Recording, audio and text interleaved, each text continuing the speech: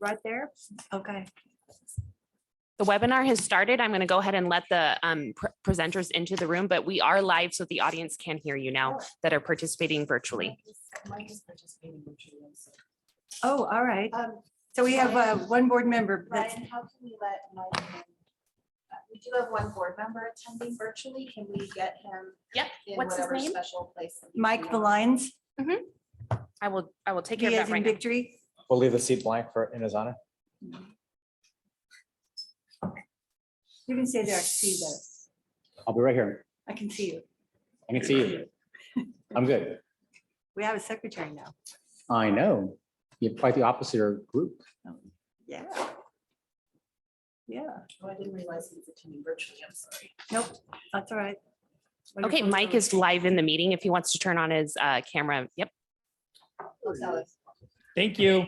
There you are, Mr. Vice President. There you are. Yes, good morning, everyone. Thank you for that smooth transition in. Oh, well, we're here. It just feels different. So good morning. I think I'm waiting to know that everyone's here before we become a little more formal. I'm looking here. We have staff in the room, a few others in the room. We have smiling faces. Everybody has shoes on, which is a new occurrence for us in the last 2 years. But smiling faces, it's great to see something more than neck up. And shake hands and smile and say good morning. Am I the only one not there? Yeah. Did you notice? We weren't going to say I'm so- anything, but We haven't called the roll yet, but you're right. Sorry about that, guys. Okay, good morning.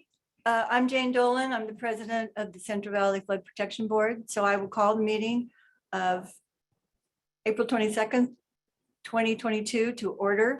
And I will ask our technical support if people are now who have asked to be participating online, if they are in fact let in. That's So I just let in Juan. He's live now. I am still waiting for Steve Rothert and Dance Cave. If they are a participant or an attendee, they can press raise hand and I'll promote you to be live in the meeting. Could they hear you say that? Yes, they can. So everything that we're saying to the mics right now, everyone that's participating remotely can hear. Okay, and there's a live mic, so we're all going to be very polite. We always are anyway. Yes, we do expect Mr. Rothert to give a presentation, not necessarily at the beginning. There we have the core. Do you think it's all right to proceed with meeting? You Meeting can, I will business? keep watching the attendee list to see if I can promote them, but right now I don't see them quite yet. Okay, thank you. All right, so the meeting is in order. First time we are allowed to be fully in person since spring 2020. That's amazing. So it's great. Glad that you're all here. I'm also appreciate that we can still do this in a hybrid with some folks to do it virtual. I think some of the things we learned from that is that people who live and work far away from this center spot of meeting really participated more frequently once they could do it online. So it's great. I see some people are nodding on that. So welcome and thank you all for joining the meeting. I'm going to ask at this point for our board clerk, Ryan Jones, to call the roll to determine if we have a quorum. Board Member Grego. Here. Board Member Ramirez. here.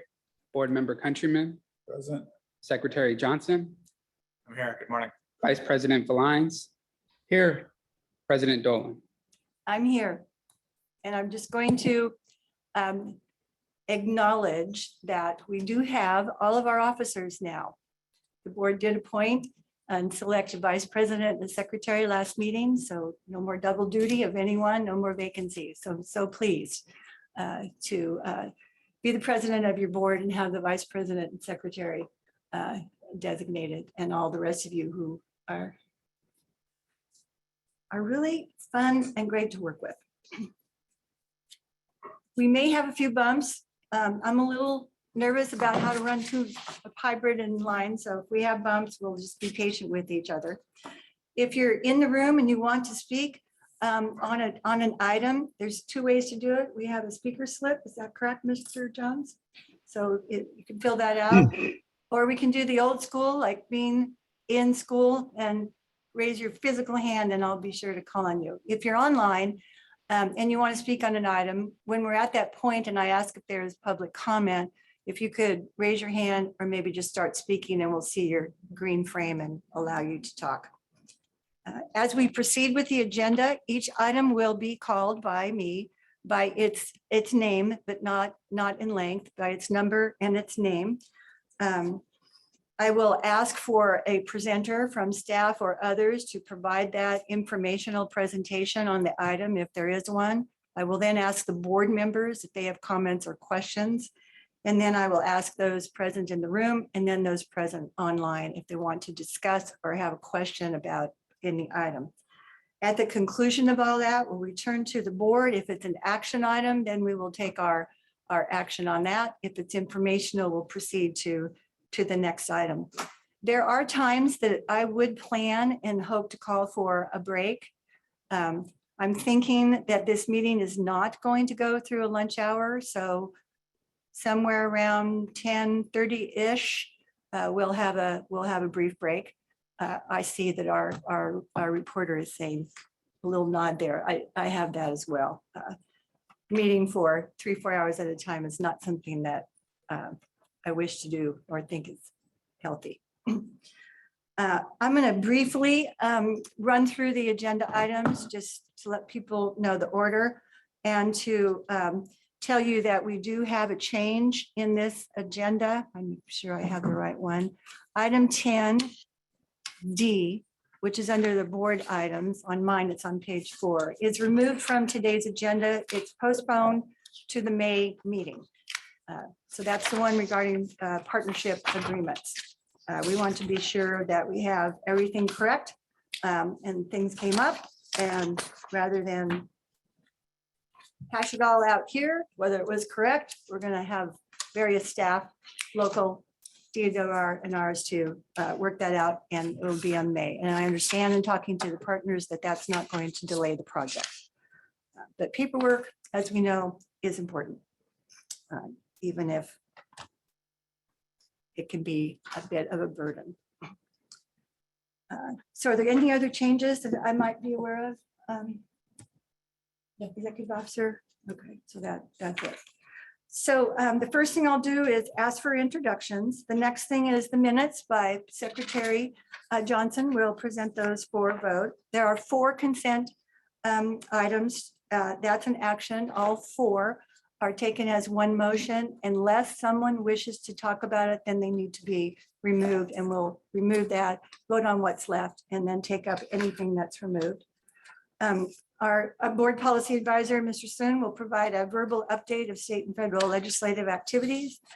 The United States Army Corps of Engineers will present levee inspections for systems within Mormon Slough, San Joaquin County. Department of Water Resources has 2 items on our agenda. The first is a brief update of the release of the plan. And then I'll also ask our board staff to talk about the public hearing schedule and how to find the plan if you wish to read it, and I hope everyone does. Item 10. And then next will be a presentation from DWR regarding the maintenance area budgets. And then the board will have 3 action items, and they're authorizing letters to be sent to the Army Corps of Engineers stating no objection and requesting section 408 evaluations.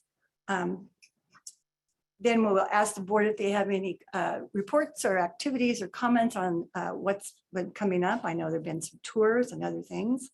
And we will have a closed session. Is that correct, Mr. Dua? And it is on what matter? It's on the Young Family Farm matter. The board requested an update. I have an update for the board. And you and I spoke yesterday, and you indicated it would be relatively brief and that no announcements could be or are expected. So at that point, we'll ask everyone to leave for our closed session. That's the last item on our agenda, but we do come back and say if we did take any action, but we come back to adjourn. So that's our meeting. I think it's going to be smooth. Is everybody nodding? We have a quorum, so let me ask our executive officer if there are any introductions or announcements to be made.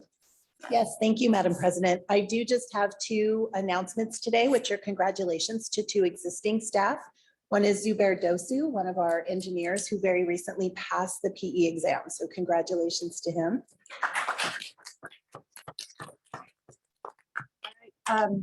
Is he present? He is not in the audience. Okay, because I might recognize him by this. Well, congratulations. That's great. The second announcement is also with regard to an employee that has been with us for quite a while in what we call an intermittent position. She was recently selected for a permanent staff services analyst position, and that's Tony Agudo. So congratulations also to her.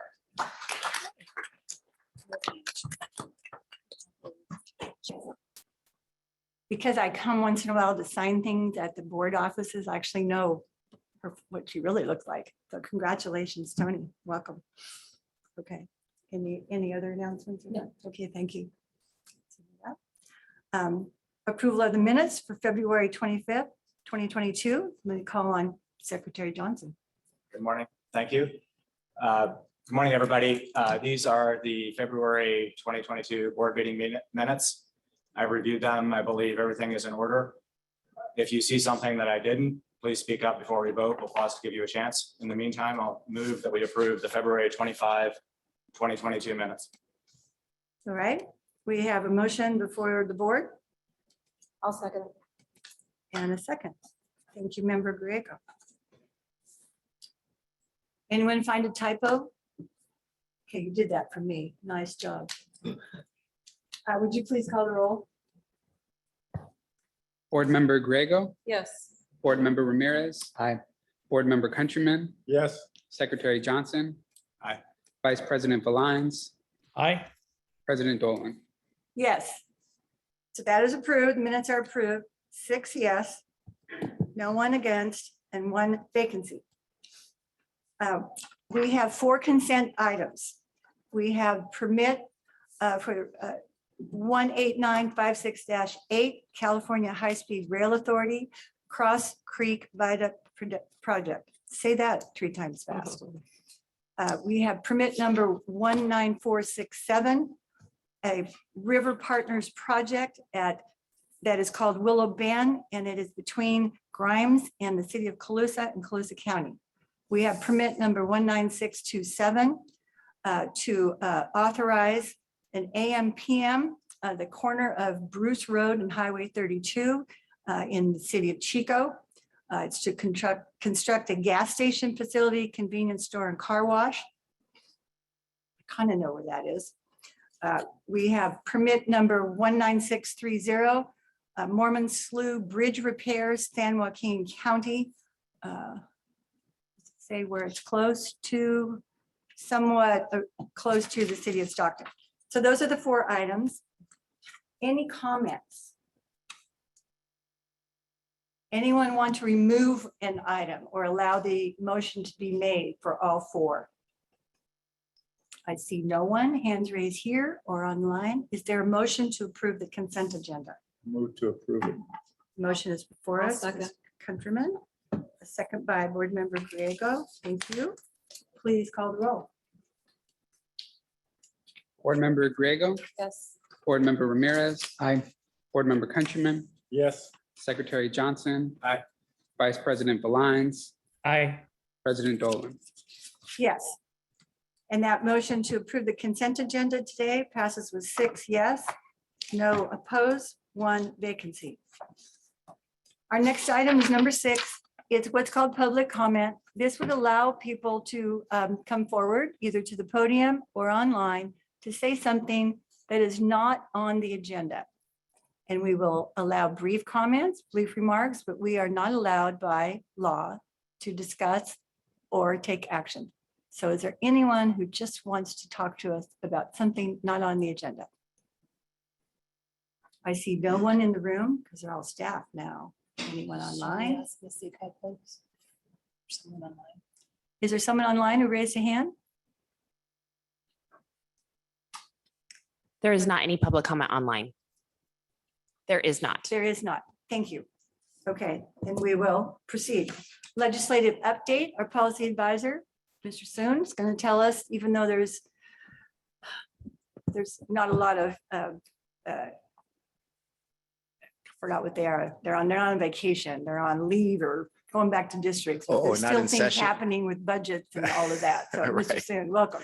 Good morning. Thank you. Good morning, President Dolan, members of the board. Vice President Valines, nice to see you virtually. I know you have a fear of missing out, but it's okay. We look forward to seeing you next time. It's Yes. good to see everybody.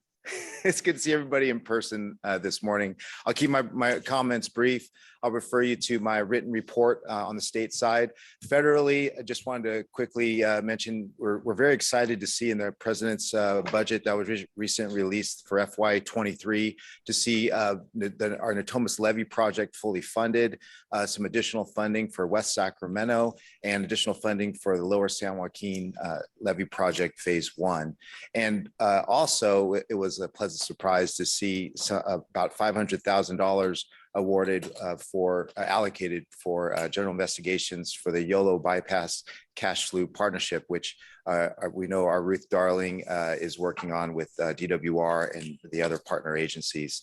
I also want to make a quick comment about the Water Resources Development Act, WRDA 22, that is in process. We hope to see a draft out of the Senate very soon. May 4th was what I was told by Senator Padilla's office.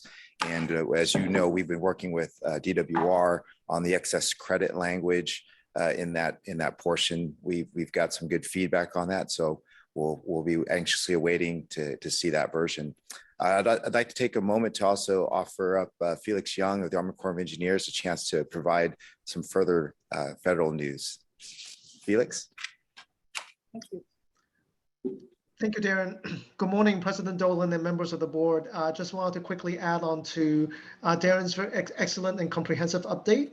As he mentioned, the water bill is in full swing, but this is going to be one of those years that's going to have both appropriations and authorization activity going on at the same time. And what I'd like to also say is that earmarks will be back again for appropriations this year. So we also expect to be working with the state and also local entities on some of those earmark requests and what capabilities we have to fulfill those. In terms of the Water Resources Development Act, I wanted to quickly point out that, first of all, in WRDA 2014, the Water Resources Reform and Development Act of 2014, they established a process called the Section 7001 process.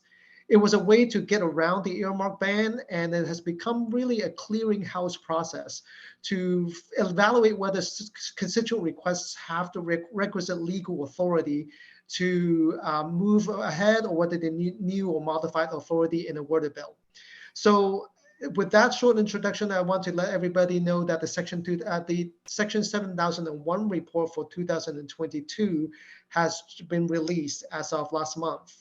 And then also the 2023 process will begin very soon. We're waiting for a Federal Register publication at the end of April. Once that hits, they will open a 120-day process for us to work with our sponsors locally and at the state side, at the state level, to determine what other new authority requests need to be evaluated. So once the process starts, we will be back in touch and let you and other local entities know about the process, how to get involved and how to work with us on those. And then the final word I would just like to say is that because of all this activity on both the authorities and authorization and appropriation side, we'd like to strongly encourage all of our state and local partners to continue to work with us, whether it's with the Sacramento District or with our South Pacific Division. Make us aware of your congressional requests, because all of the technical assistance and review start at the district level. So please let us know what you are planning to submit and what you hope to work with us on, so that we can resource it properly and also provide you with the feedback that's necessary. It is your prerogative to submit it however way you want, but it always works better when we are coordinated and understand what we are asking for from one another.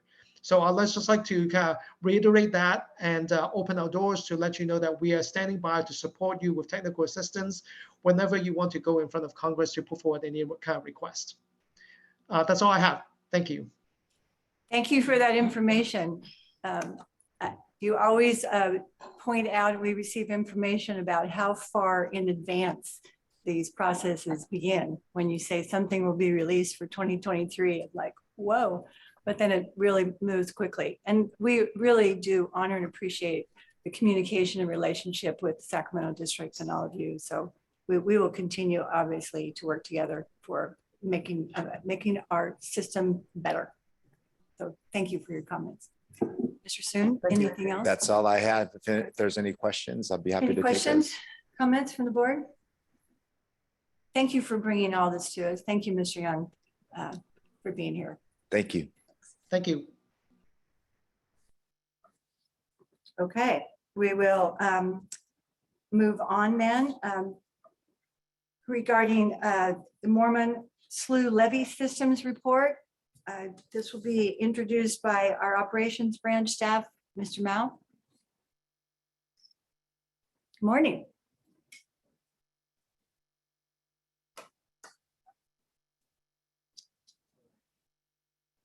President Dolan, Vice President Belline, and members of the board. My name is Mao, and I would like to introduce Mr. Juan Gonzalez, United States Army Corps. Juan is an inspection chief at the Sacramento district, and in August 2020, this team inspected 4 Mormon Slough levee systems. These levee inspections can affect a levee system's active status under PLA 499. The total length of these 4 systems is 38 miles. As you can see there.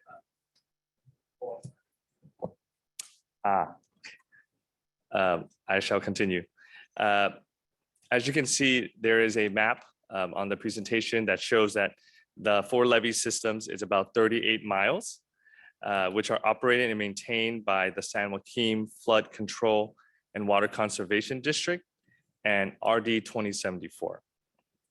The levee system is currently active under PL80 499, as the LMAs have an approved letter of intent from March 2015, and they have submitted a draft SWIFT to the Army Corps.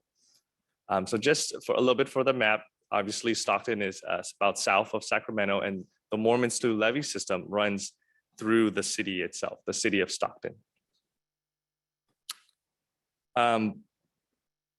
Board staff was provided copies of the final inspection report in late March of this year, which were immediately shared with the LMA. After Juan's presentation, Mr. Eric Ambrez of the San Joaquin County will give a short presentation or additional information regarding the maintenance and various improvements that have occurred in the levee system. Our role, board staff's role in these inspections include assisting Corps staff by gathering documents such as permits, plans, and as-built, and other records prior to their inspection. Board staff is present for these inspections to ensure USACE and their contractors have proper access. And we also review and provide comments on the inspection reports. Okay, let's see.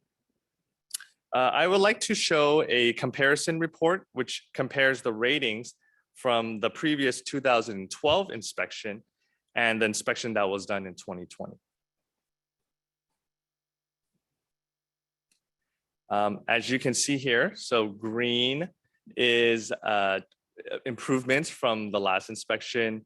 Red or pink has been areas that have worsened. I would just like to make a quick note as well that there are also non-federal levies in these systems, as Juan will show in his presentation. We are just focused on the federal levy systems as that's part of our jurisdiction. Okay, thank you, Ryan. So just to highlight a few things, obviously encroachments remain a challenge for these systems, with pipes and culverts consisting of about 1/3 of the system's encroachment issues.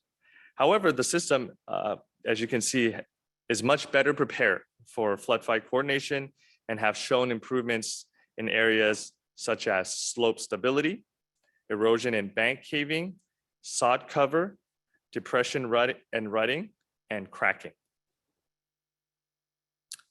Okay, if there aren't any questions at this time, I'd like to hand it over to Juan for his presentation.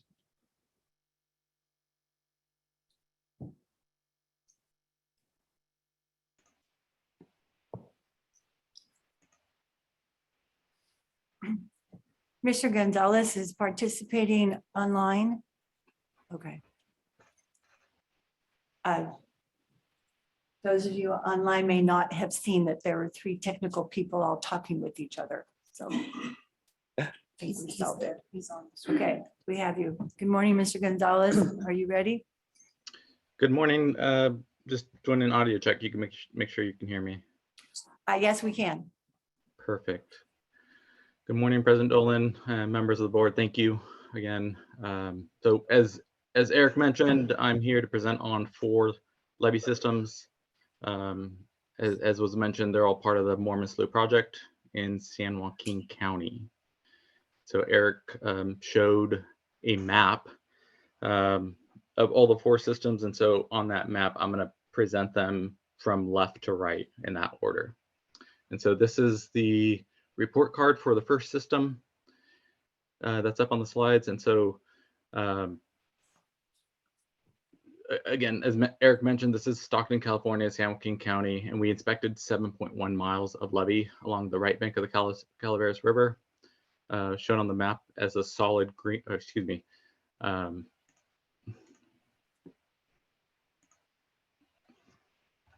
Sorry. Is there, Ryan, can you go up to one slide?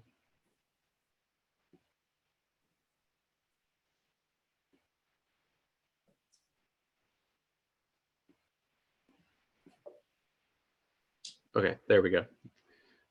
Just want to talk about the map really quick.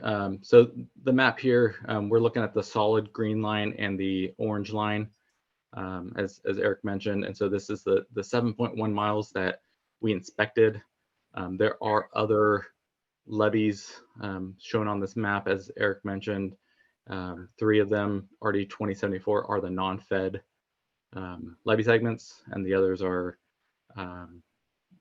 not within our portfolio. Those non-feds were inspected as part of our non-fed program.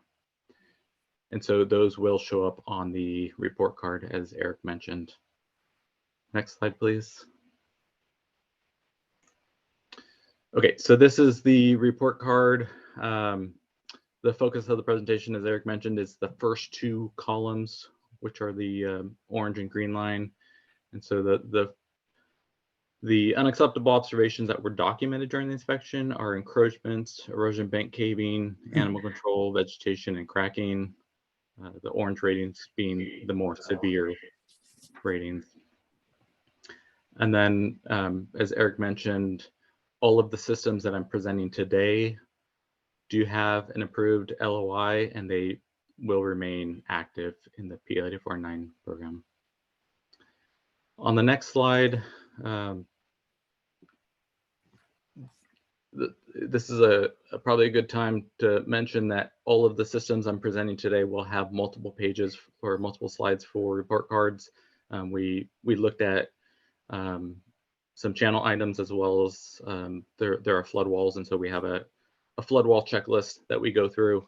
And so one of the systems also has pump stations, and so we'll see actually 3 slides on the report card for that system. So in this particular system, there were no unacceptable observations.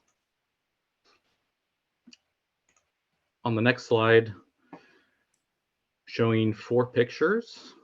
And so these 4 pictures are just kind of representative of things that we saw out there. First picture is a retaining wall that's made out of concrete. It's cutting into the landside toe. It's about 4 feet tall. Second picture here is beneath the North El Dorado Street Bridge, and there's some loss of material, some excavation about 5 feet into the waterside levee prism. third picture here is what we're seeing is 4 30-inch diameter pipes through the levee, and they've got no flap gates, no way to prevent that water from going, the river water from going back into those pipes. Fourth picture here is what I'm trying to show here is I added this red line just to show you that there's a dip in the crown here. That's about 2 feet dip. It occurs as this location where the pedestrian bridge is intersecting or intersecting into the levee crown. So you can kind of follow the red line and the white line to see that difference. I do have 3 other systems to present on. I'll take questions at this point if you want to ask questions. Otherwise, I can keep going. Board want the presentation and then questions at the end? I have a question. Yeah, we're now. I Mr. just Pendry. don't understand item 4 or photo 4, what you're explaining now.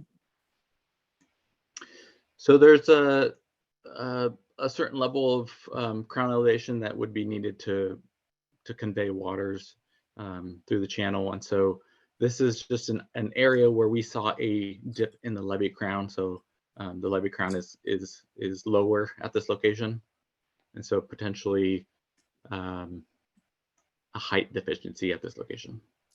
Thank you. Any other questions? Comment? All right, next one, please.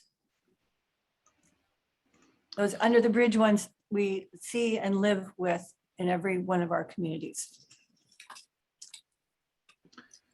So this is the Mormon Slough Diverting Canal right bank levee system.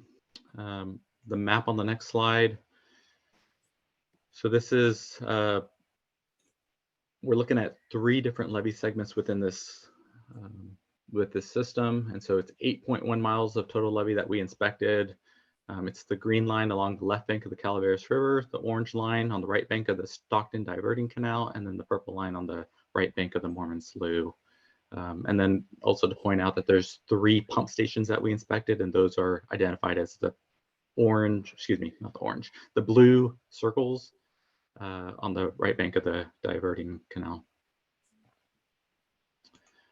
On the next slide, again, the report card, improved LI, so they remain active.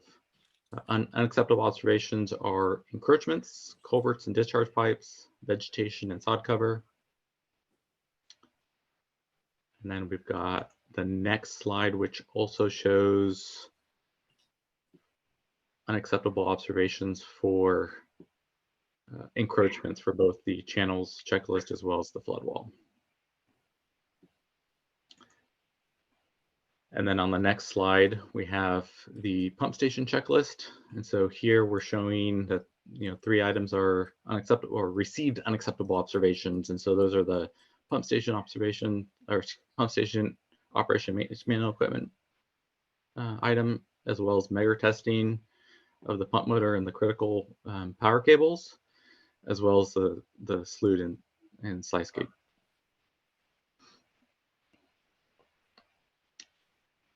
And then on the next slide, we have 4 pictures again.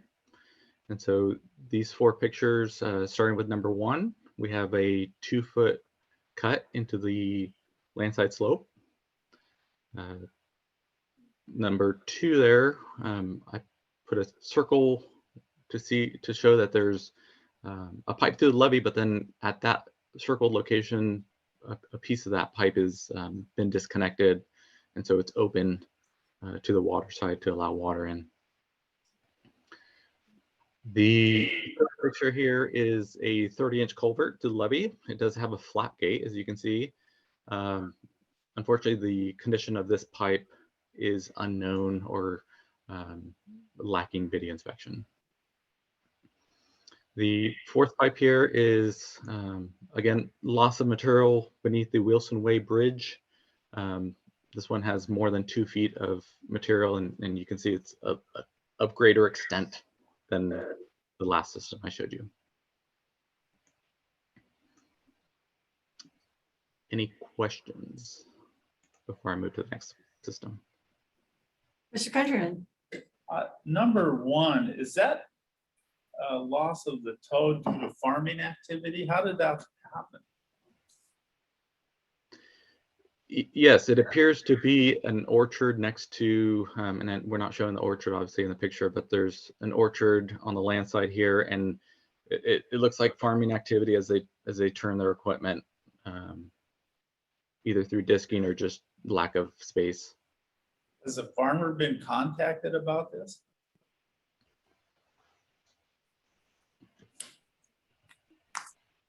if they have a SWIFT, if this district has a SWIFT, I would assume that's on their list. Yes, Mr. this Mao, is did you have a Eric, comment? Eric Mao, board staff.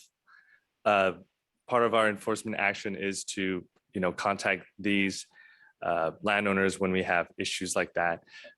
Disking and rutting is a little bit on the lower on our priority compared to like pipes and significant excavations.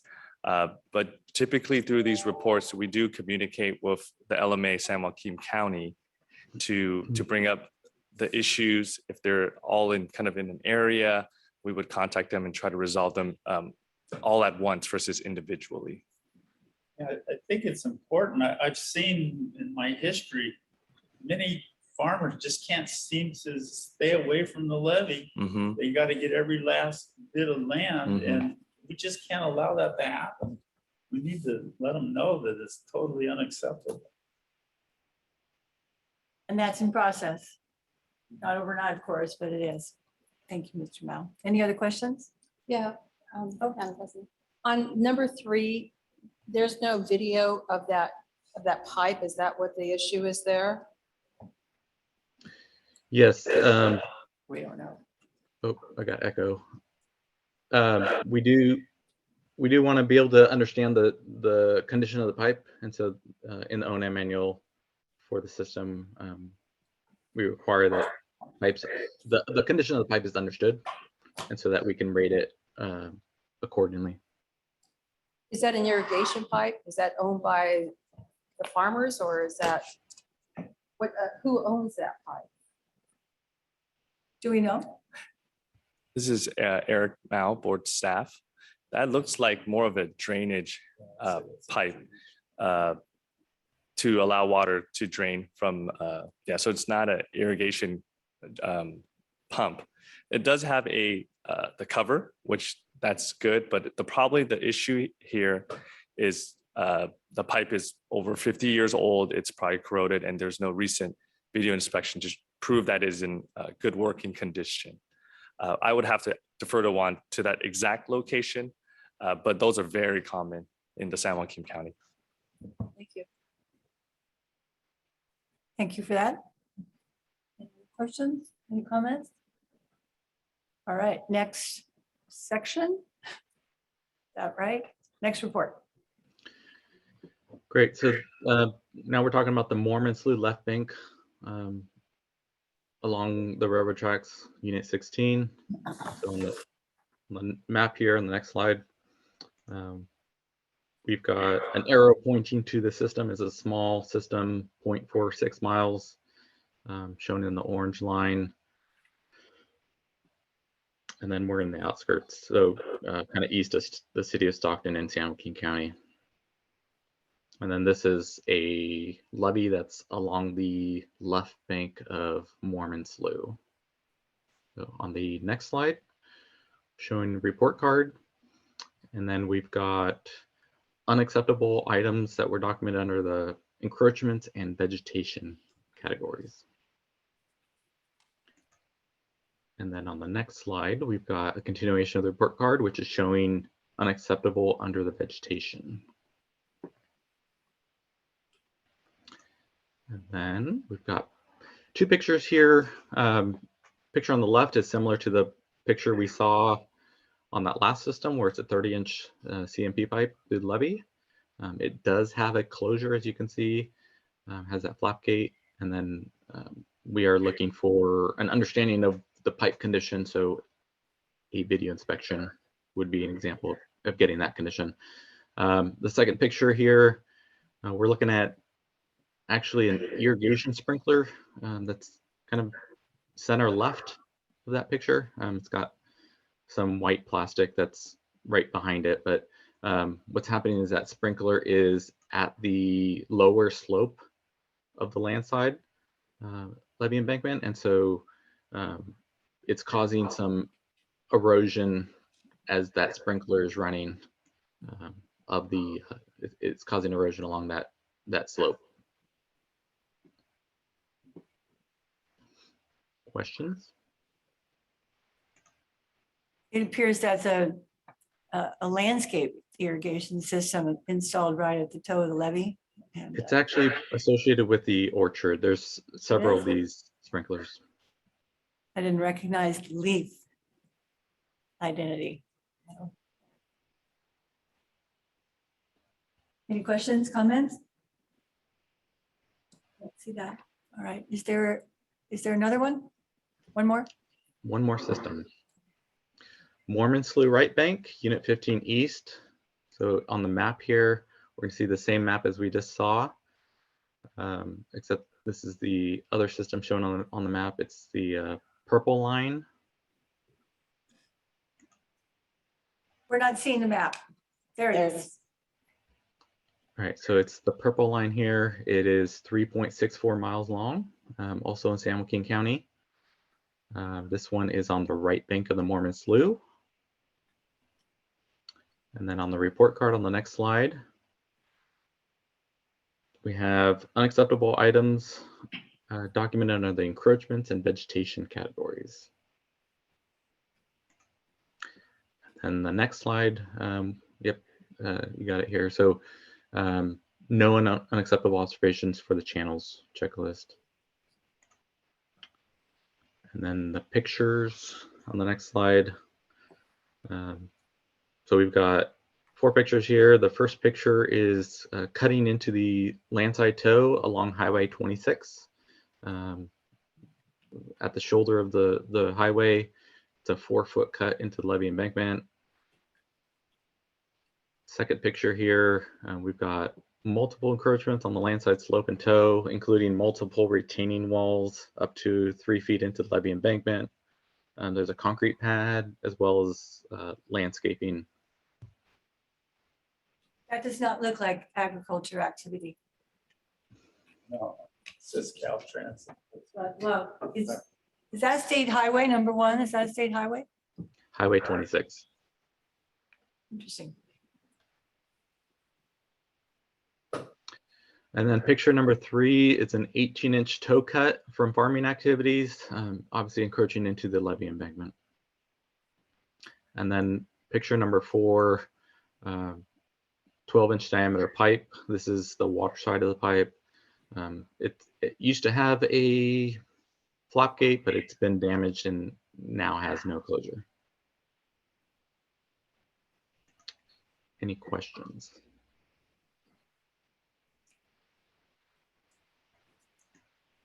Sorry, Questions? I can't Comments? help it. So Caltrans, really? Like, how does that work? Who's talked to them and how do they build a highway into a state levee? You're asking what all of us are. Well, Are there's been some thinking, flashes just on like- screen about yeah. notices of violation have been sent, but I'm just Yeah. asking if we've had any communication, I guess, with Caltrans about this. This seems very much on the state side of the ledger and a little egregious. Yeah. Do we know? Another state agency. Mr. Mao, you want to tackle that one?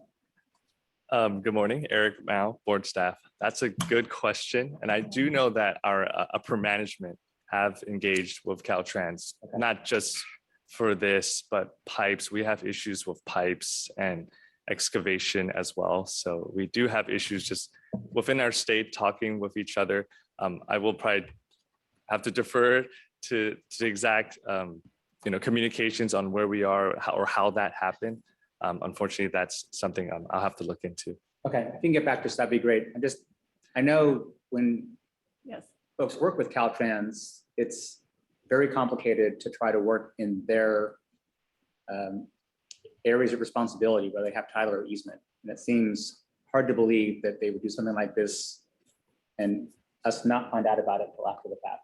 So you could have somebody just report back, that'd be great. We'll definitely do that. And we know we have issues with permitting. Sometimes we have a few groups that within Caltrans that understand, but then there are a few other groups that don't know the permitting process, unfortunately. Right. No, I hear you. Thank you.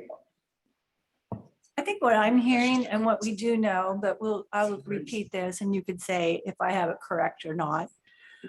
These reports show what exists and what would be problematic in these levy systems, and they're provided to us. And the appropriate staff that is responsible does take action on them. We're not given these without movement to correct. But in many cases, that's not something that can be done quickly. That is correct, President Dolan. These reports contain thousands of encroachment issues, and we focused primarily on those red rated ones that are highlighted. I think there are about 100 unacceptable items. We work very closely with the LMAs and we encouraged them to assist us. And that's a big part of the LOI SWIFT program. Every year they provide, hey, we fixed 20 items. We fixed 5 red items. We've received 5 permits through your agency. So that is a big part of that. Obviously, just enforcement itself, we wouldn't be able to tackle everything. We would have to prioritize. But that is a big part, and that is correct. Okay. Mr. Countryman? Number 2 there, is that, do we have a right of way in there? And is that little structure and that tree in our right of way? I'll just mention that the toe of the levee is far left, almost down where that landscape grass is at. Right. So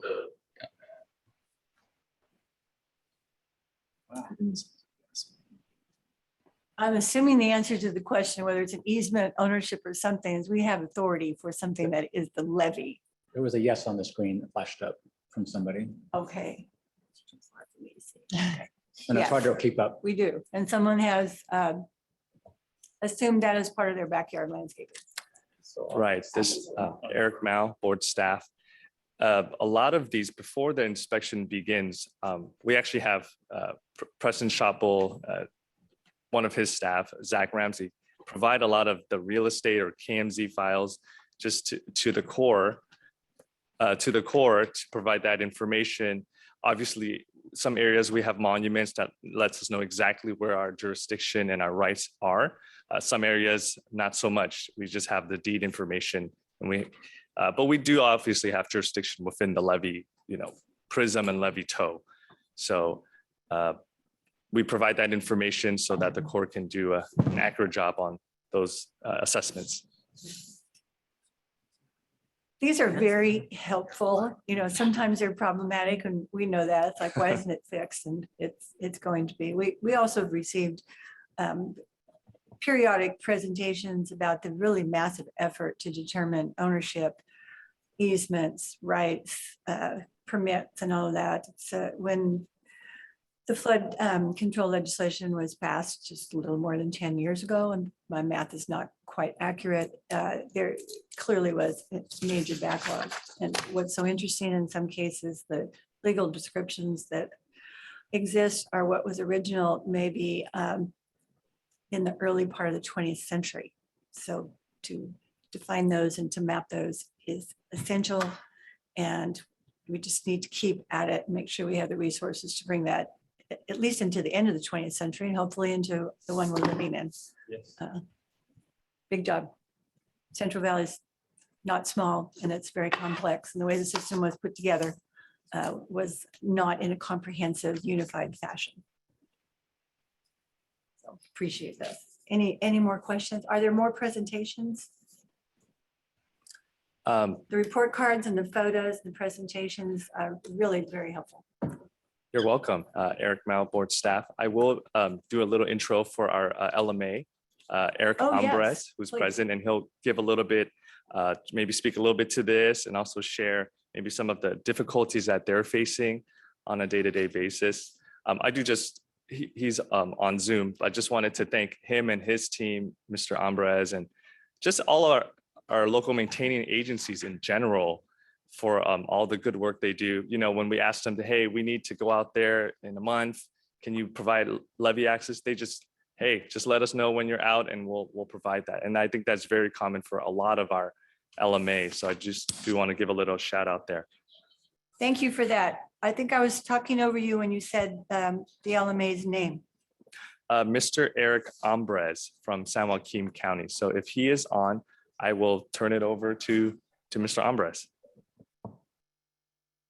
I believe I've been unmuted.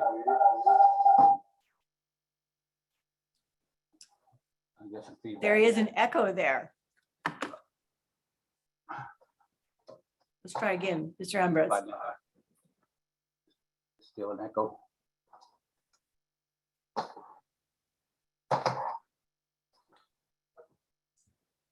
Can we hear now? Yes, that's much better. Okay. Good morning. Good morning. Thank you for giving me a chance to do some speaking on the LMA and San Joaquin County's behalf. I've been attending these meetings for, in the past since 2008 with the ASOG and the board members as well. I can honestly say one of our main challenges here in San Joaquin County is homelessness and the damages that are doing to our infrastructure.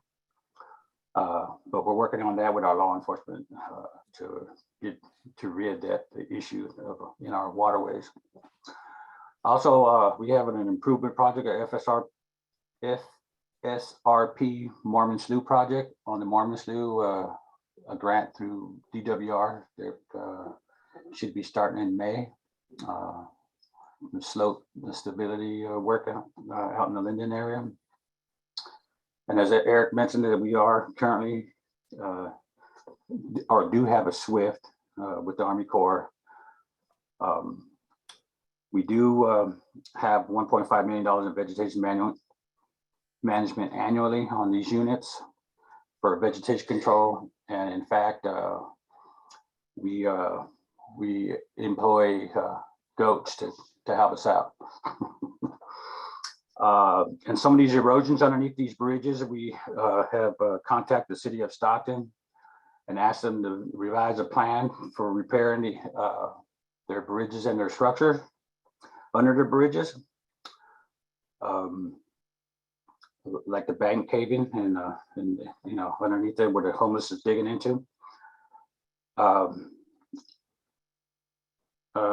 Also, we are in the second phase of the DMP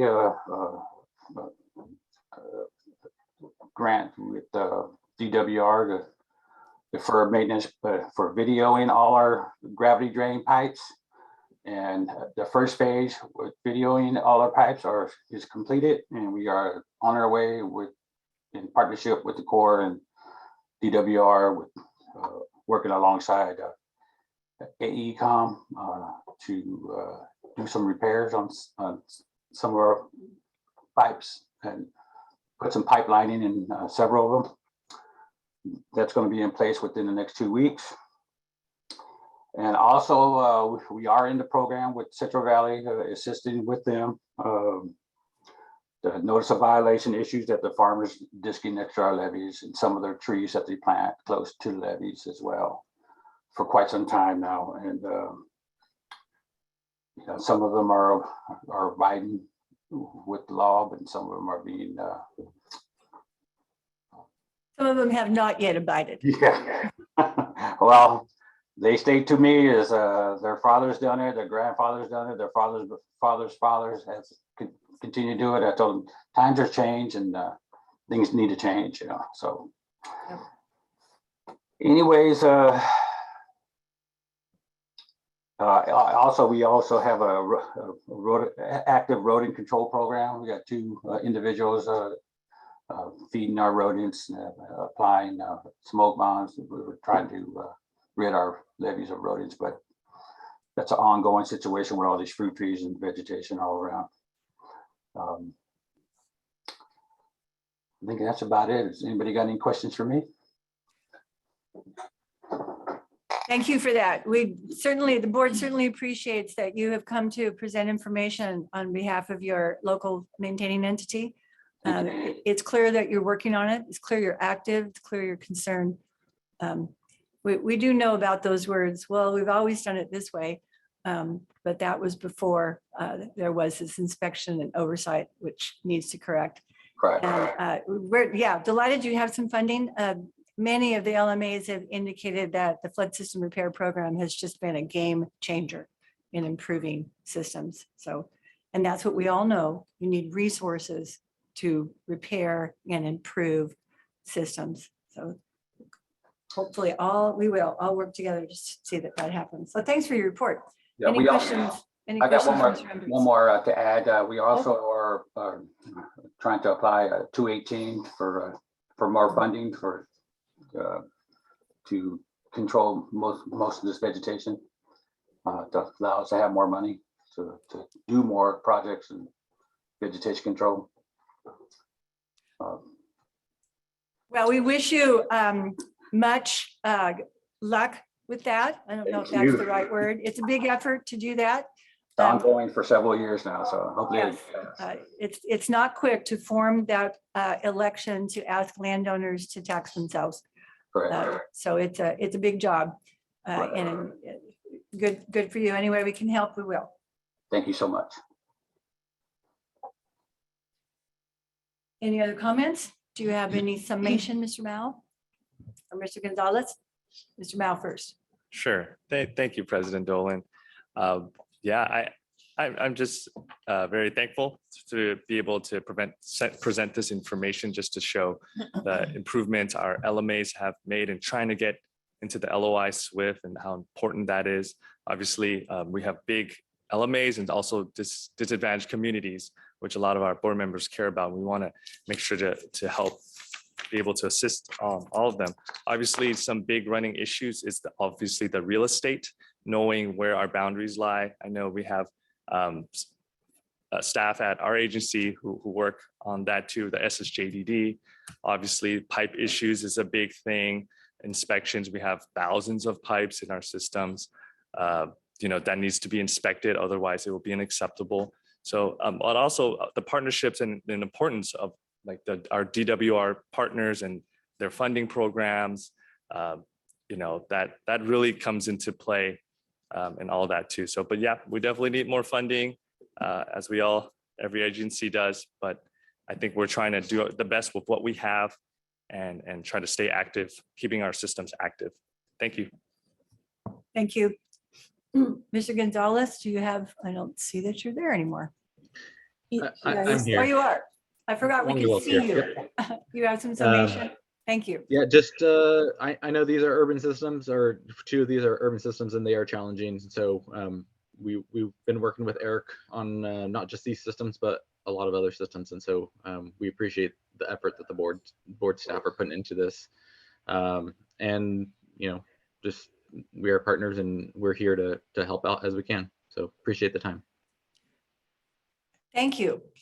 Yes, we're all appreciating each other. We do work together to improve the system. It's essential and it requires cooperation. So thank you. All right, we ready to move on? It is 10. Yeah, we have clock now, I can tell. Okay, that takes care of item 8. Item 9.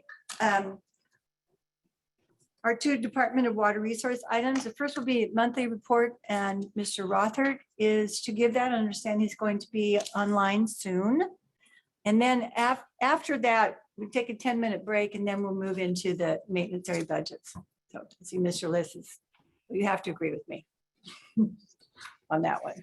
So do we have, We do. Good Mr. morning, Rothert, President. Good morning. Good morning, President Dolan and other members of the board and folks attending. Appreciate the opportunity to give a very brief remarks today, mostly focused on the release of the public draft Central Valley Flood Protection Plan and Conservation Strategy. And Ryan, you can move to the next slide, please. And of course, all of us who've been working on the draft are thrilled to reach this point of the public comment period. And I really want to thank the board and the board staff for the extensive collaboration in developing the plan and conservation strategy particularly over the last 2 years when I've been involved and where the real heavy work took place. Also, I want to express my deep appreciation for the team that led the effort, at least to date. Mary Jimenez, Jason Sidley, David Martesian, Jenny Marr, all of DWR, of course, and then also, of course, flood board staff, Ruth Darling and her team. It's took an immense amount of work and they handled it with grace, even during late nights and weekend work sessions. So we now enter the very important public review and comment phase, which you can see runs through June 6th, punctuated by the 3 public hearings scheduled there. And you can find out more information about those hearings on the Flood Board and DWR websites. And I know I speak for both DWR and the Flood Board in saying we really want to hear from the public about their thoughts and recommendations on the plan and conservation strategy, our federal, local, regional agency partners, as well as communities and individuals who have an interest in flood matters in the Central Valley. We received over 300 comments on the working draft that I think came out in October, and we read and considered carefully each of those, as we will all of the comments that we receive on the public draft.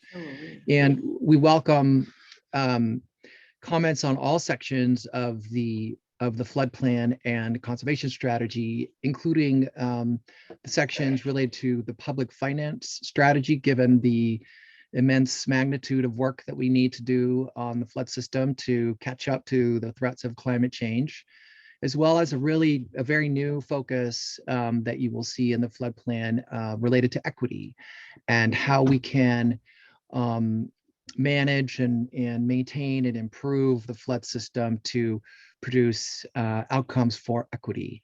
So please take a look at the plan and provide your comments, and we look forward to working with the board in the public hearings and receiving comments directly and having a discussion about the plan at those 3 hearings. So that's all I have for this morning before Thank handing you. it over to Mark List. So thank you. Yes, not quite. Could we go back to that slide that shows releasing dates? Yes, thank you. I'm going to ask our program manager, Ruth Darling, who is the one that is handling all of the logistics. Yes. And that was Thankfully. once and twice for the hearings that the board will conduct prior to our deliberation on approving and or amending. Ms. Darling. Great. Thank you, President Dolan. Ruth Darling, Program Manager with the Central Valley Flood Protection Board. And I just wanted to echo what Mr. Rother stated about the ongoing collaboration and the hard work that's been done with the DWR team, as well as the Flood Board coordination. Your staff, Mary and Jason, have been great. And it's been a pleasure to work with them for the last several years. And this is all, this marks our 10-year anniversary of our first adoption of the 2012 flood plan. So this is exciting. We will hold 3 public hearings. These are board hearings. We will have 2 in-person hearings in the San Joaquin and Sacramento regions. And those meetings are actually hybrid as well, similar to what you're experiencing today. We will be in person and you can also log on. And the May 19th meeting will be virtual only. And even for the board? Yes. Wow. Okay. So we did want to cast a pretty wide net on attendance, and it seems virtual meetings tend to do that. And so we'll be receiving comments at those hearings. So a way to comment on the plan is to submit a written comments. Some of the email blast and news releases, it's also posted on the board's website on how to comment on the plan during the 45-day public comment period. The email blast that went out yesterday included an Excel spreadsheet and a reviewer guidance for how to comment on the plan virtually via email or attending one of these public hearings to comment in person. And there is plenty of information on the board's website. We posted it on our news and highlights section on the front page yesterday afternoon. And there's also a web page dedicated to the Central Valley Flood Protection Plan that has links for the hearing dates, addresses, venues, how to comment, as well as being able to download the plan and its supporting documents like the conservation strategy, the flood system status report, as well as the descriptive document. And so if you would like the plan emailed to you directly, my contact information is on the website. Please email me and let me know, and I can email that out directly to you versus downloading it. And in addition, the board is planning on hosting board workshops in June and July to workshop comments on the plan. Those would be the second Friday in June as well as July. So more information about board workshops will be posted on our website and noticed during our public board meetings monthly. Are there any questions on the release of the flood plan? Board members have any questions? I don't have a question. I Okay. just have a comment. Thank you very much for all of your work establishing these hearings. They're very important. They're not easy to find the venues. They're not easy to change the venues. And I think you've selected the appropriate locations and time of the day. Great. You're gonna be email contact for a lot of people, I can tell. So it's very good. And yes, all of us on the board have participated in the regional flood management planning groups regarding presentations on the plan. We've had information about the status of the plan all along. Mr. Johnson and I have been active with the very active advisory committee on the conservation strategy. So it's, and then all the outreach that occurred. Mr. Stoon is saying, yes, our policy advisor, all the outreach to local government and local entities and stakeholders. It's with the hopes that people won't say, what's the plan?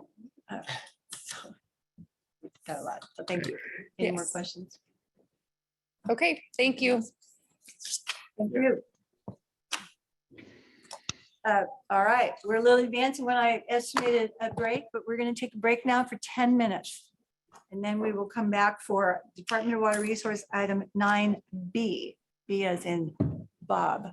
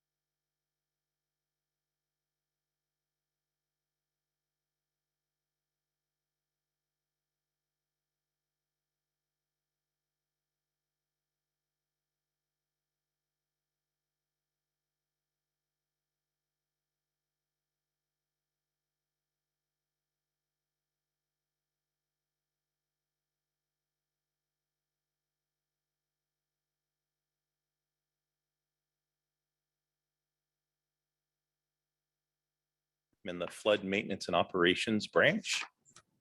Part of my job is to assist our 2 maintenance yards with preparation and presentation of the annual maintenance area budget. This is a budget hearing today, item 9B. And Ryan, could you start the presentation, please?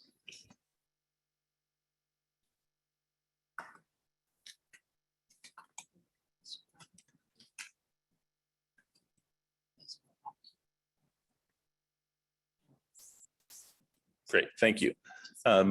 As it says on the screen, this is the Flood Maintenance Office, Flood Maintenance and Operations Branch annual budget hearing for DWR's maintenance areas. There are 10 maintenance areas, and this is for fiscal year 2022-23. As noted, it's a hearing and an action item for the board. And as I said, Mark List, I'm with the Maintenance and Operations Branch. I'm the Technical Support Section Manager.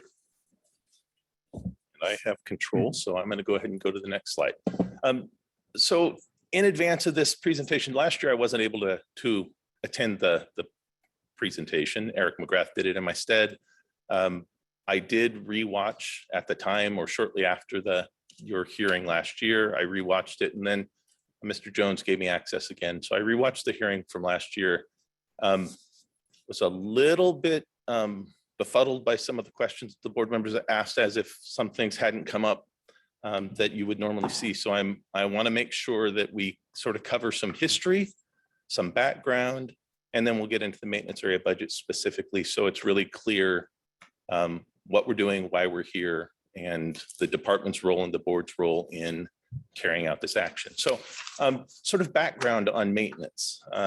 As you saw from Mr. Mao and Mr. Gonzalez's presentation a bit ago, maintenance is not a simple task. There are about 1,600 miles of levees throughout the state plan of flood control.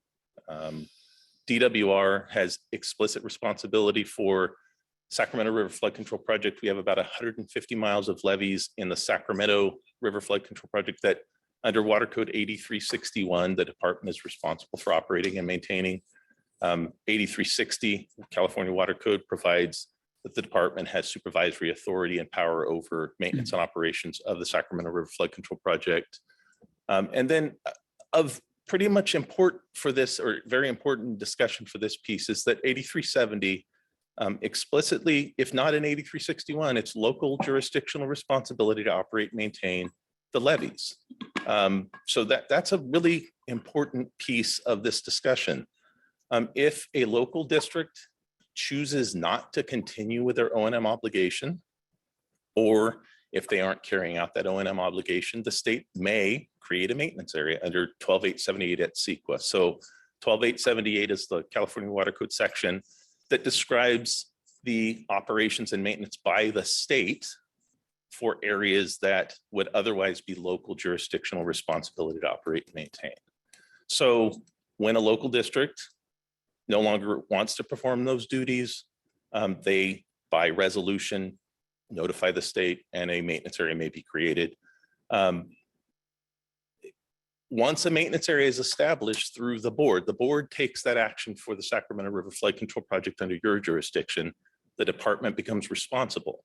So I've got some examples in a second about this history, just so to put things in context. So once a maintenance area is established, DWR maintains those levees annually, providing a budget to this board for a public hearing for that budget to be established. That budget then goes to the counties that are applicable to those particular maintenance areas, and collection of those, basically the special assessments on parcels comes back to the state to reimburse those costs. So as with all local districts, and San Joaquin County Flood Control and Water Conservation District in that last presentation mentioned flood system repair project.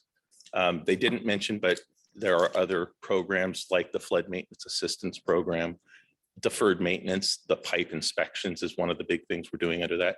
All maintenance areas are eligible for those same programs. If the department wasn't operating and maintaining a maintenance area, it would be local jurisdiction responsibility to do so.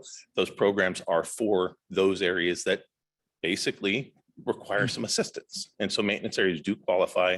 They qualify for PL 8499. They qualify for FSRP, FMAP, DMP. So there's nothing in 12878 that says a maintenance area can't participate. And it would be inappropriate for those residents that are protected not to get an equitable share of state investment. So the O&M costs are reimbursed by them, but if there are things that need to be fixed, that full burden does not fall to them. There is some recognition of state input to that, and that's what these programs are for.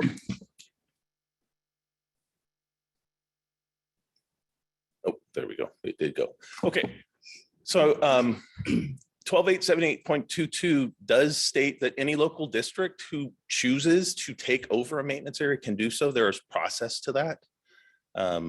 If a local district wants to take over a maintenance area, that can happen. And it has happened historically. So I've got a couple of examples of maintenance area creation, maintenance area dissolution. But until a maintenance area is dissolved, the department must bring a budget every year. This board hears that budget publicly, fixes the price after a vote of the board in a hearing, and then that leads into assessments for those properties that would otherwise be collected locally, but now they're collected locally for the state reimbursement. So maintenance areas have been created. They've been dissolved over the years, and I've got a couple of examples. So maintenance area 10 and 11 were both created in 1958 for O&M of the American River levees and features. So when RD 2077 Board of Trustees decided they no longer wanted to maintain those, they basically turned it over to the state, and through this predecessor to this board, the Reclamation Board of California, hearings were held, and that maintenance area, those two maintenance areas were created at the time.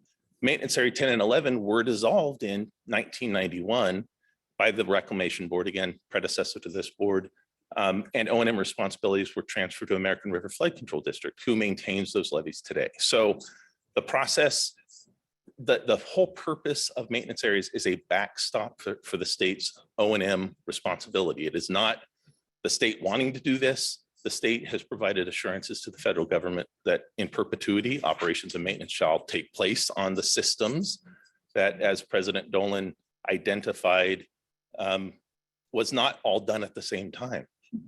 It's been cobbled together over the years from the turn of the last century. So Maintenance Area 5, as an example, was created in 1954 when Butte County Board of Supervisors by resolution told the state they weren't going to carry out the O&M responsibilities for that area, and this is near Chico.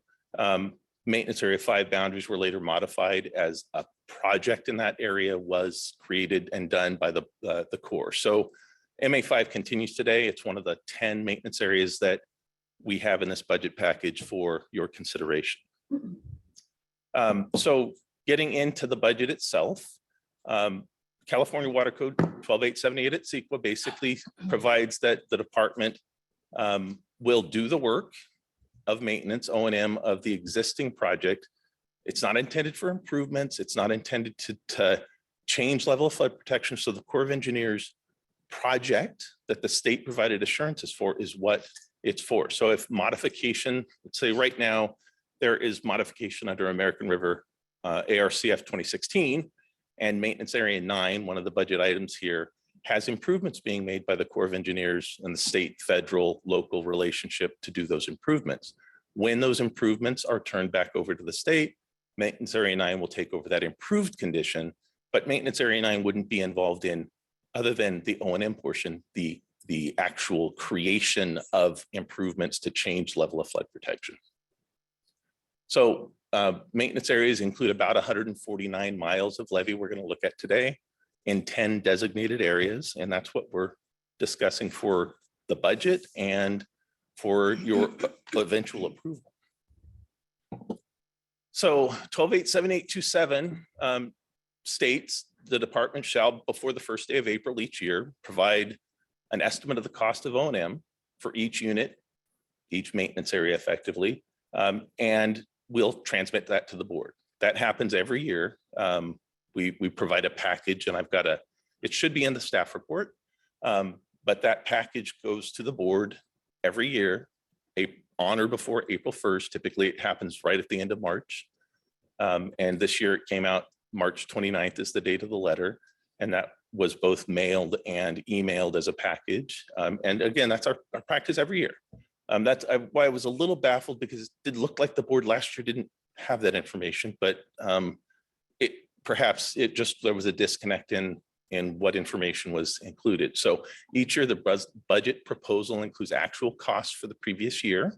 So previous complete fiscal year. We're in the middle of a fiscal year. Our fiscal years are July 1 through June 30. So we're almost done with the current fiscal year. That current fiscal year in progress, we provide you an estimate of where we think we're going to settle. And that estimate will be corrected next fiscal year as actual. And so the staff report has that information. And so it looks like this, basically a cover letter, each maintenance area budget for the last couple of years, individual maintenance area summaries. Those individual summaries include, as I said, the approved budget and actual costs for 2 fiscal years ago, or a fiscal year ago, the approved budget and where we are or where we think we're going to land on the budget for this fiscal year and the proposed budget for the next, as well as explanations of what is in our package. Interestingly, when I was going through the board minutes from the 50s and 60s and 70s, looking through this, what the reclamation board used to get was a number. There's $8,000 for assessment that we're asking the board to approve. The board would approve that, and then that would go through this process.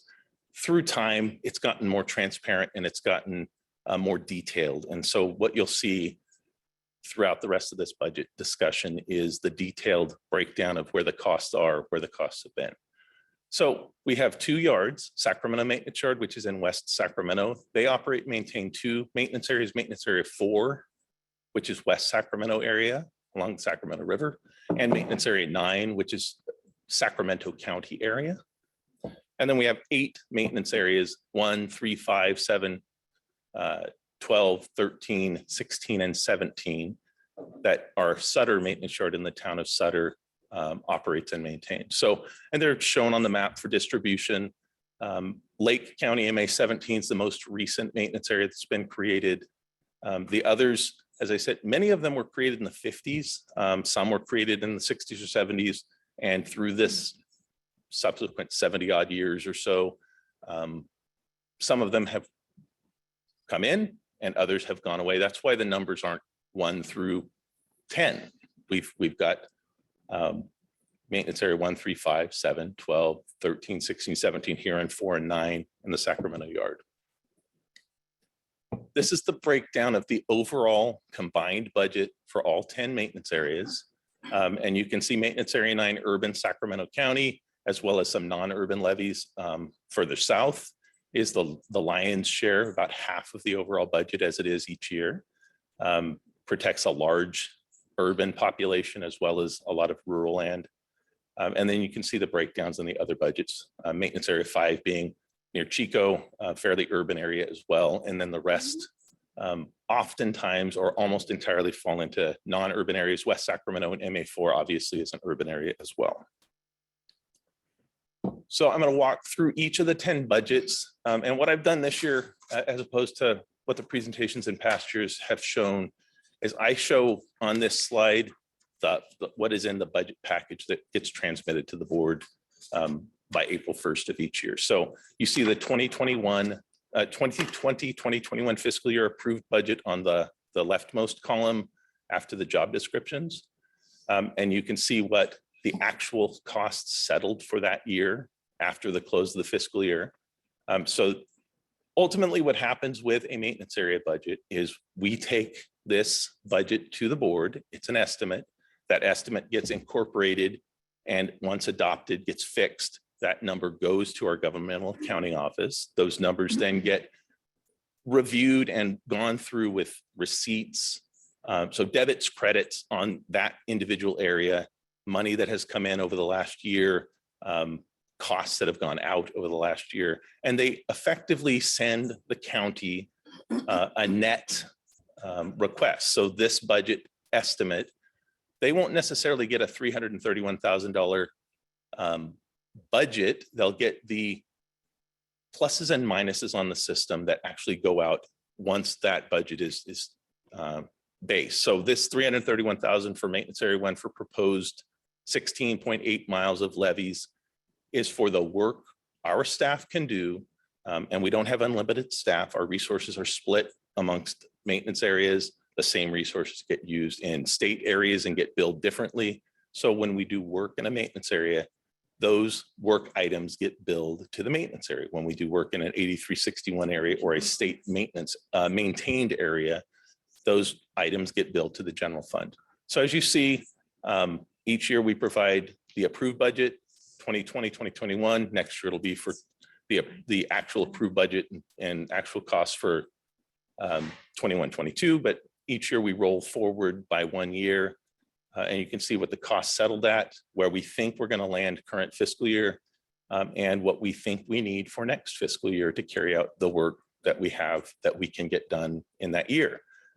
Note that the numbers come in less than the total oftentimes, not always. Mr. Countryman appropriate last year in the budget hearing pointed out that there are conditions that might result in more. There are high water. Well, we haven't had high water.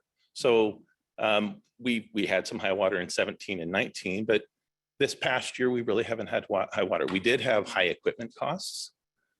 So the repair on equipment, that proportion gets paid for by the folks that are using that equipment. And we know we have anticipated increases in staff wages and other compensation. So this coming fiscal year budget incorporates those known conditions that are changing from last fiscal year to the current fiscal year. So maintenance area one, West Levee, Sacramento River near Calusa, $331,000 proposed budget for the 16.8 miles in that system. For maintenance area three, that's the West Levee Feather River near Sutter Bypass, $98,000 proposed budget for 5.1 levee miles. And you see, again, a slight increase in budget this fiscal year, again, primarily due to projections on staff cost increases. And we know we've had equipment issues, so we've been addressing those, but hopefully we won't have big costs outside of that. There is budget for things like restoration repair. So if we have storm damage, there is some funding for that. There's no improvement item here because there's no intention to improve the levees beyond what was turned over from the Corps. Mr. Countryman, you had a question? Does it include correcting deficiencies identified by the Corps inspection? So as Mr. Mao was pointing out, each and every item is not going to get done this coming year. We have to prioritize those items that are the highest risk to levee integrity. So it does include a component of that. So what our yard superintendents do is they meet with their field supervisors who manage these areas. They go through the work needed, the work that was done last year, what was accomplished, where we sit, whether we're in a good spot inspection wise, whether we need to improve. And so that all goes into the calculus, the internal calculus. They prepare the package.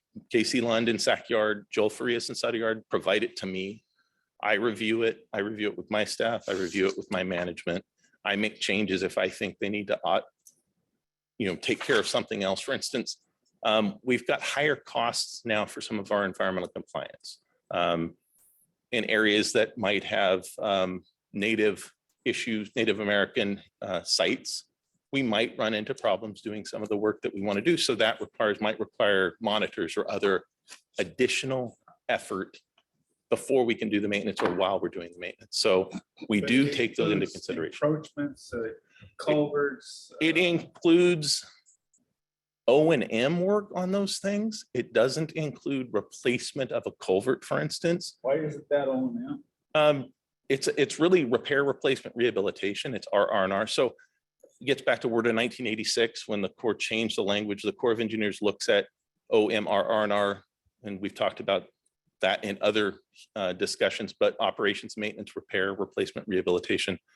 Not all of those costs are directly associated with O&M. And I think if you spoke with any local maintaining agency, they wouldn't necessarily budget for replacement. There's two differences between us and the LMA that might be maintaining this area. We can't hold a reserve, so we can't put funding for this in a separate pot and save up money for a rainy day. We have to do it on an annual basis.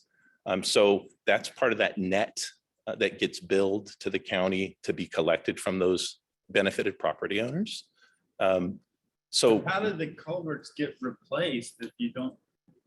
we're using. Do you have we're- a schedule of replacement of so many each year? or- What we're using the same programs that the LMAs are using, which is flood system repair project, the deferred maintenance pipes project for evaluation, as well as for corrective action if those are found. So those are other state funded programs, just like the LMA. If DWR wasn't the state maintaining agency in this area and it was under 8370, a local district doing it, they're getting the same funding for the same thing. So it would be inappropriate to charge the folks that are behind that levy and protected and not give them all the same benefits that they would get if it was a local maintaining agency doing it versus DWR doing it.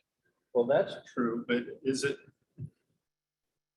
it seems to me it's clearly maintenance. If you have a pipe that's out there 100 years, at some point it has to be replaced via maintenance. Agreed. And that's part of the disconnect with the process, I think, between the origination of a project where the federal government has investment, the state has investment, likely local investment or regional investment. A system gets placed, put in a particular condition. There's an expectation for particular O&M. We do inspect these things. We do clean up inputs and outputs as part of this budget for, let's say it's a drainage pipe. That's part of our annual work. We go through, do road and damage repair, we do vegetation control, we do crown roadway work, we do ramp work, all the things that anyone else would do to comply with the core O&M manual. When a replacement's necessary, push comes to shove, if we had to pay for it all out of this budget, it's just going to increase for that line item, but the department doesn't have extra staff to put, I can't do more just because we can't just add another $500,000 to a budget and expect that that's going to result in a change. We can only budget for the work we can reasonably get done. But this seems to be something that needs to be addressed.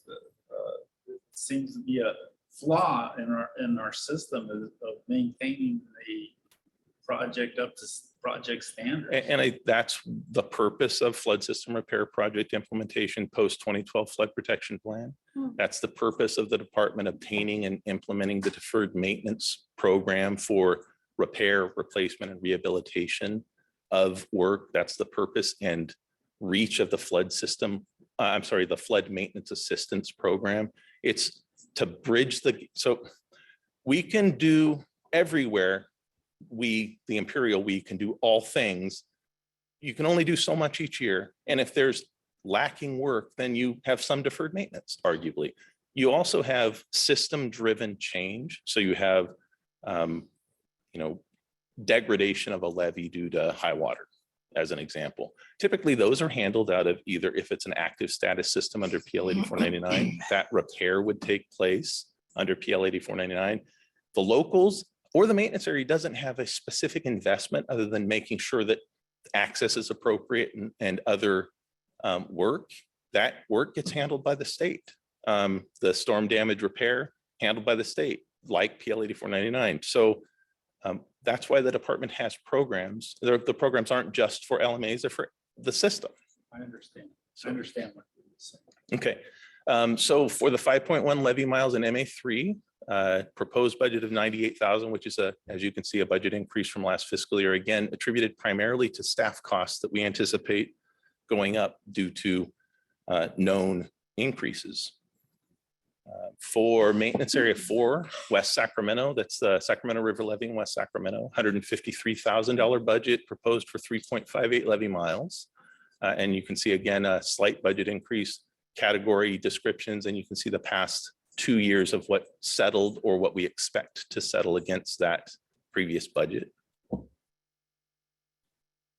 For maintenance area 5, Butte Creek levees and Little Chico Creek channel. This one's unusual because when the original agreement locally happened, the channel portion was part of the project that got turned over to Butte County originally. And when Butte County decided they didn't either have the resources or the ability to maintain that and turned it over to the state, that package came to DWR as maintenance area 5.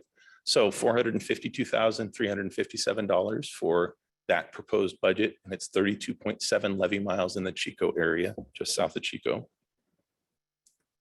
For maintenance area 7, West Levy Feather River below Oroville, about 11.9 levy miles, $154,500 budget. And again, category descriptions are shown with budget items and where we think we're going to land this fiscal year. And again, next fiscal year will be updated with actuals in the column that is 2 to the left of the projected cost. For maintenance area 9, East Levy, Sacramento River, Sacramento, $1,795,000 proposed budget, 19.5 levy miles, urban and non-urban, that run along the Sacramento River left bank.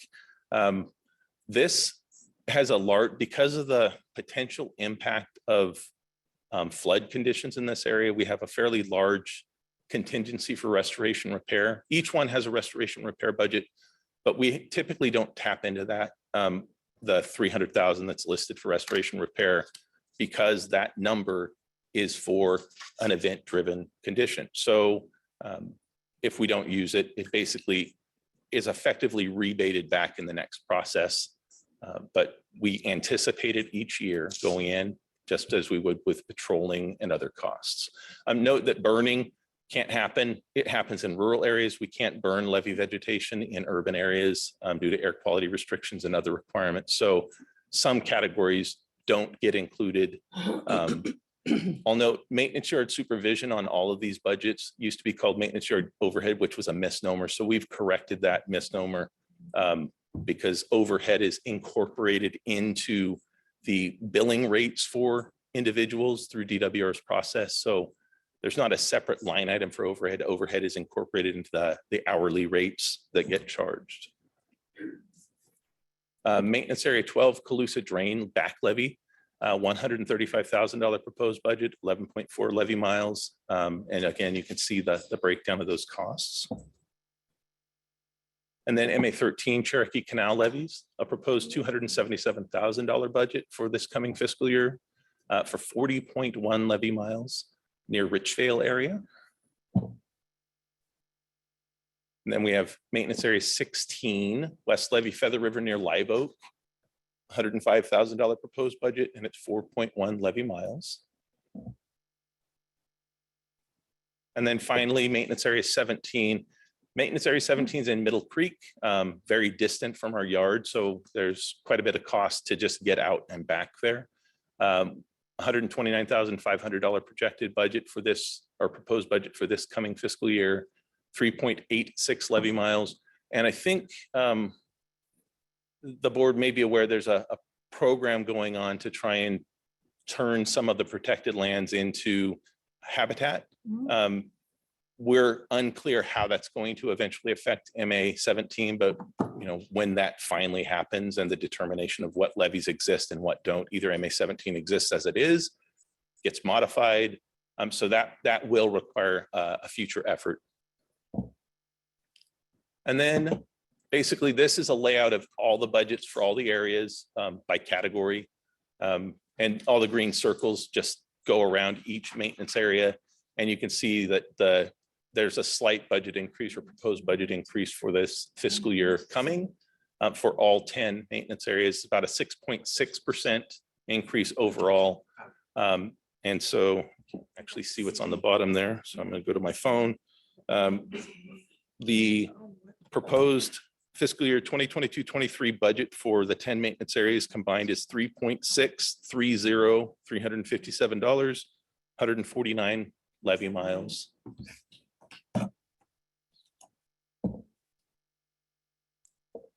So at this point, I'm done presenting the budget. The DWR requests the Central Valley Flood Protection Board adopt fiscal year 2022-23 maintenance area budgets to fix the amount of the estimate as presented.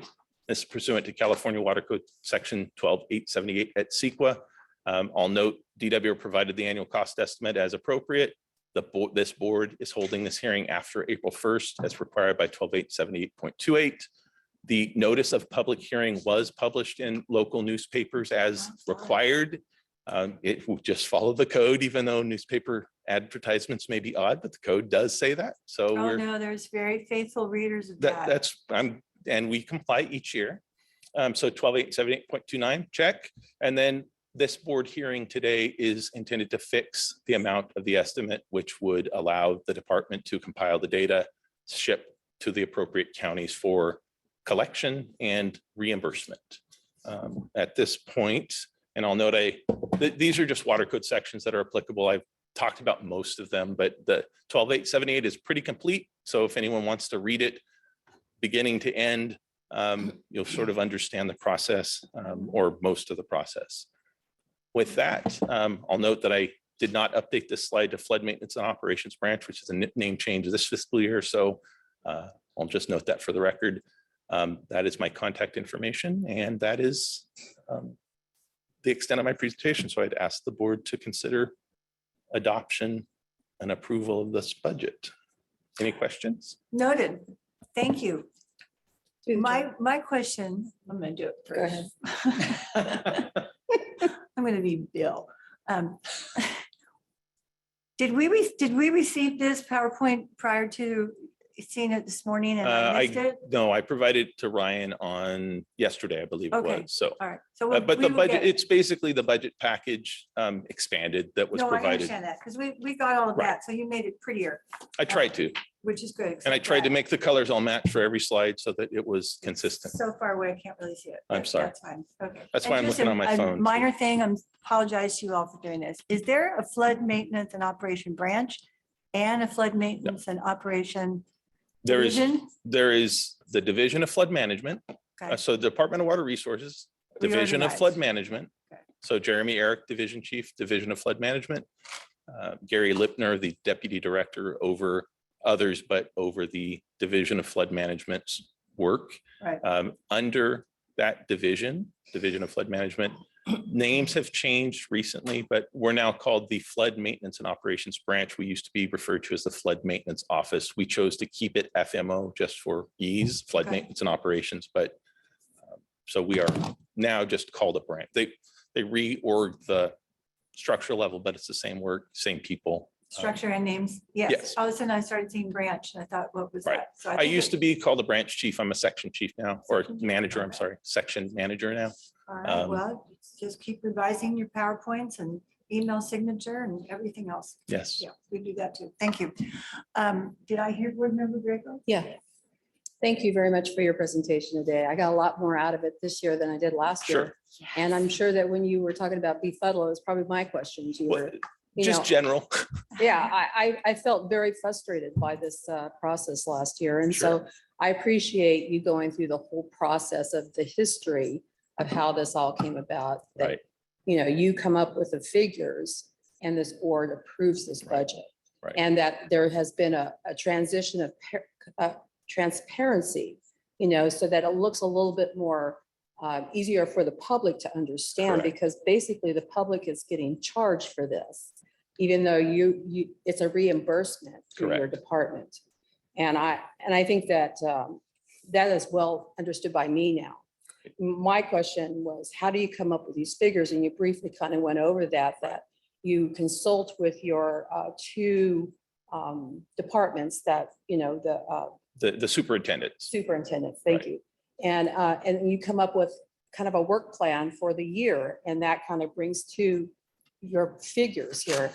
And that's basically what I was trying to get to, is to understand the method of how you budget here. Right. I didn't get that last year. And so, you know, one of the things I noticed, you know, in my short time on this board is that whether it be the MAs or whether it be the local MAs, there's always a deficiency and there's just never enough money. So and I'm going to use 784 because they're the example I know, is that when there was a commitment made when the state invested in those levees as a partner, that there would be a 200-year level of protection because it was an urbanized levee. Right. And so it's always the money, that it's not the willingness that these levee districts not to comply. It's the lack of resources. Sure. And so when Joe asked about, you know, how does maintenance and fixing things, how does that work? We know through the Paterno decision that the state is ultimately responsible. I know that these levy districts are the maintenance or the janitors of these levies, but there has to be some responsibility of when there's deficiencies like that, that they're addressed. Sure. And I appreciate that there are programs out there to help these levy districts. It just feels like, there could be a little bit more, and I don't know how you do that and how it gets done, but I'm just speaking from what I see Sure. for this last year and a half. When I see levy districts, saying we just can't manage it, we don't have the budget, we can't get our 218s passed through our people because these are tough times and nobody's got any money. How do we do that? So the department's approach has been, one, we have to compartmentalize certain work. So maintenance areas do what the LMA would otherwise be doing. Right. They don't take on improvement work. They don't take on change to the system to increase level of protection. Again, we have to go back and look at the core O&M manual. We have to go look at what the delivered level of protection was for the project until that project's modified. So modification can happen oftentimes rural areas fall outside of modification. That's a benefit cost issue, and can't really address that well. All I can say is that the reason the department has flood system repair project, the reason the department has implemented the deferred maintenance program for not just pipe inspections and repairs and replacements. We have other facility upgrade work when a facility's reached the end of engineered life, which happens. I mean, that we know that happens.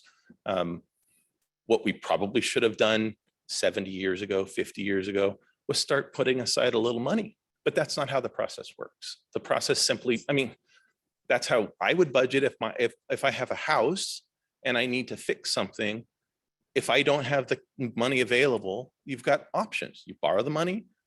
I don't like to do that. Or you save up for the money and you pay for it in cash, which is my preference. So Or there's a third option. You let it go. you don't do anything and Yeah, it you falls let it apart. go, And your then when there's- investment is lost And over when time. there's a failure, the feds are going to pick it up, And so it's a complicated puzzle. The feds won't necessarily pick it up. They may pick it Not up. in time. And so for one of the main focuses of all of our areas, not just maintenance areas, is to be active status in PL 8499. Because we recognize on an annual basis, no matter how good we do, we're still short, just like the LMAs. And it's, well, you're the state, you should be able to do it. I'm sorry, I can't just add staff. I would love to add another 30 staff. I can't. There's a budget process for that. There's an administration process for that. And there's a reality process for that. So we are constrained by the staff we have, the resources we have, not dollars. I mean, you see the dollars that come. That pays for people. It pays for contracting. It pays for other things. So we do rely on PL 8499 for storm damage repairs. That's why we're active status in PL 8499 on purpose. All areas except for MA 17. You can't enter into a LOI SWIFT process unless everybody, all partners in that system decide that that's to their benefit to do so. Currently, our partner in that area has chosen that that's not right now what they want to do. The other 9 maintenance areas are all PL 8499 active status, either with an approved LOI, a SWIFT that's been submitted, resubmitted. So we have Eric Mao and others are in the Corps are actively involved in those areas. So I don't have a solution for the big picture problem of improvements. I know folks desire improvement. Maintenance areas are not the improvement entity. So that is probably something that should be figured out outside of this maintenance area discussion, because what we do is backstop on behalf of the state, the maintenance issues, O&M, just like an LMA would do if they were maintaining this district.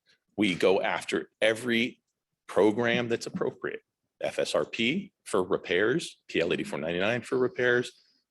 We participate in FMAP and we participate in DMP pipes and other DMP programs. So, and I will continue, I would advocate and continue to do that because I'm representing really the people that are protected, not just the department. So we're, as you said, billing residents that are protected for this. And I want to make sure they get the best bang for their dollar. So anything else, I'm happy to answer. So do you think that that would be a legislative fix in order to correct that?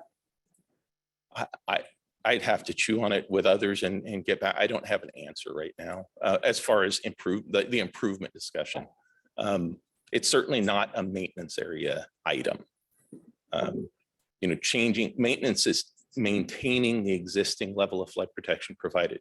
When legislation changes and says urban areas must have 200-year level of flood protection, that doesn't change a maintenance area's, guise and focus and legal authority and responsibility.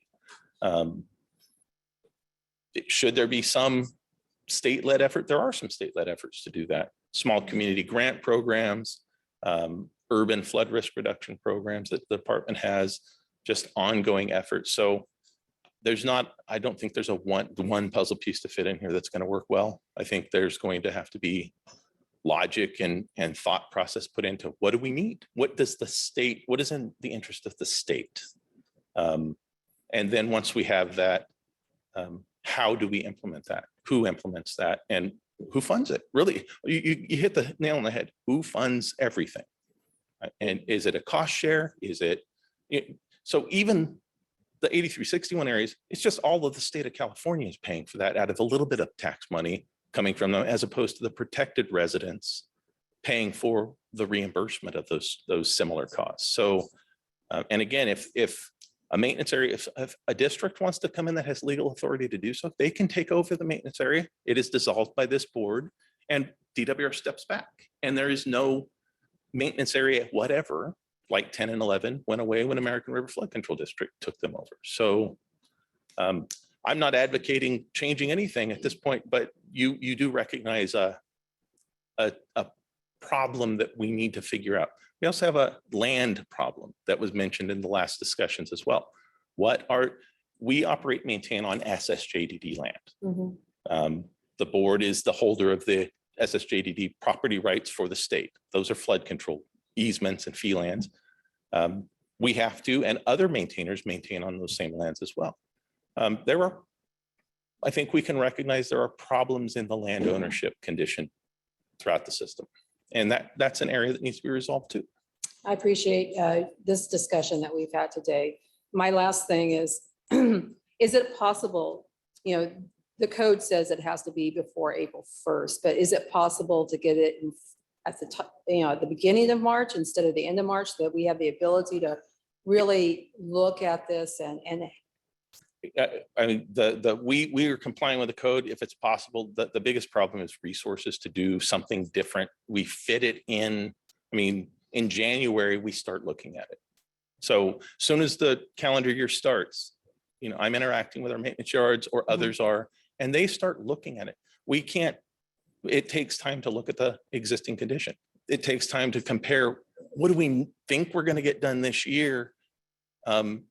And that may or may not happen. I mean, we project what we think we're going to get done, but until June 30th, I can't tell you what exactly we're going to get done. And that's why I won't show you the updated actual budget until a year past.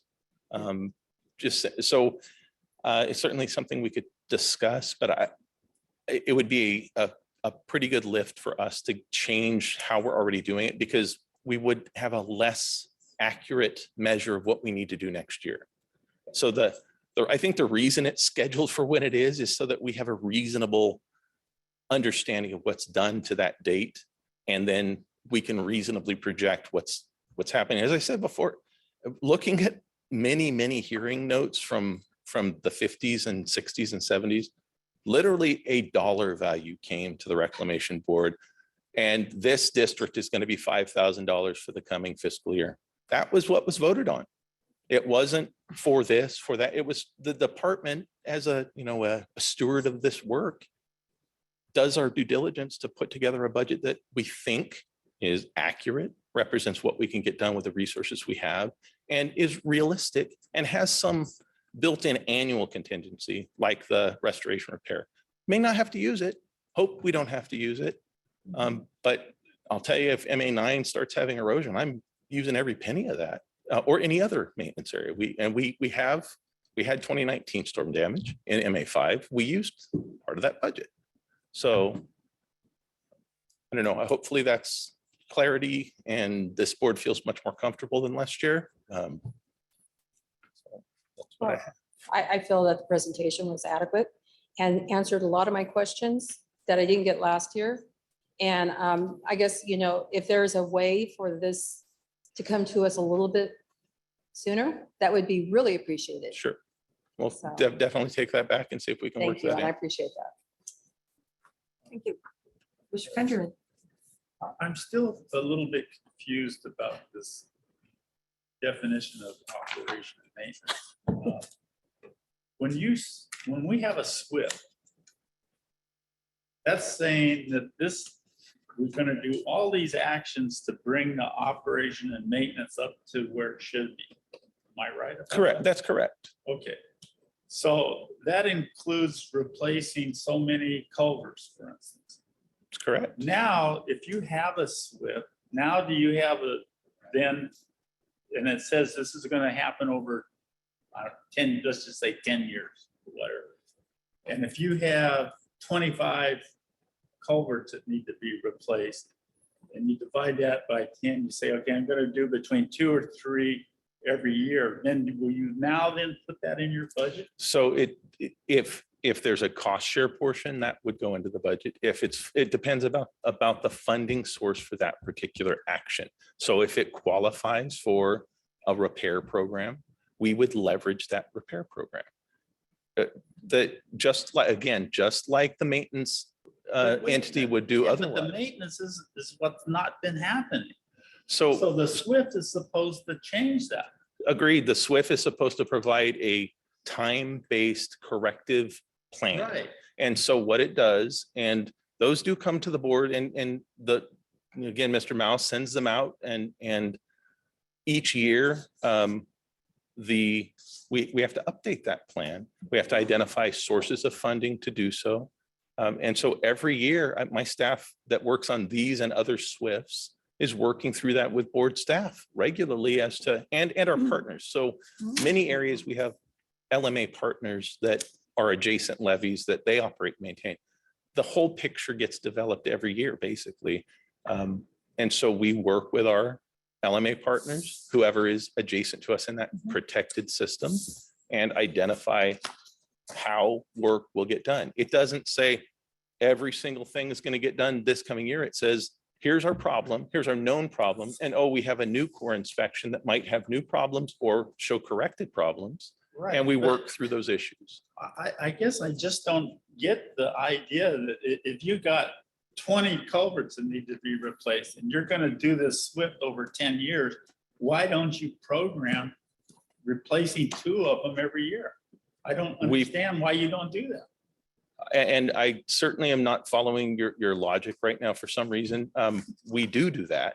We program work that is needed each year. And so I guess I'm not You say following. you're not replacing culverts. I said under the O&M budget item, we don't do culvert replacement as a standard item. If there is a repair that is needed or a replacement that needed, and there's a program appropriate to do that, we'll seek funding under that program. If it's FSRP, our But you budget won't- would pay you the won't cost share charge- portion of You it. won't charge the people being protected.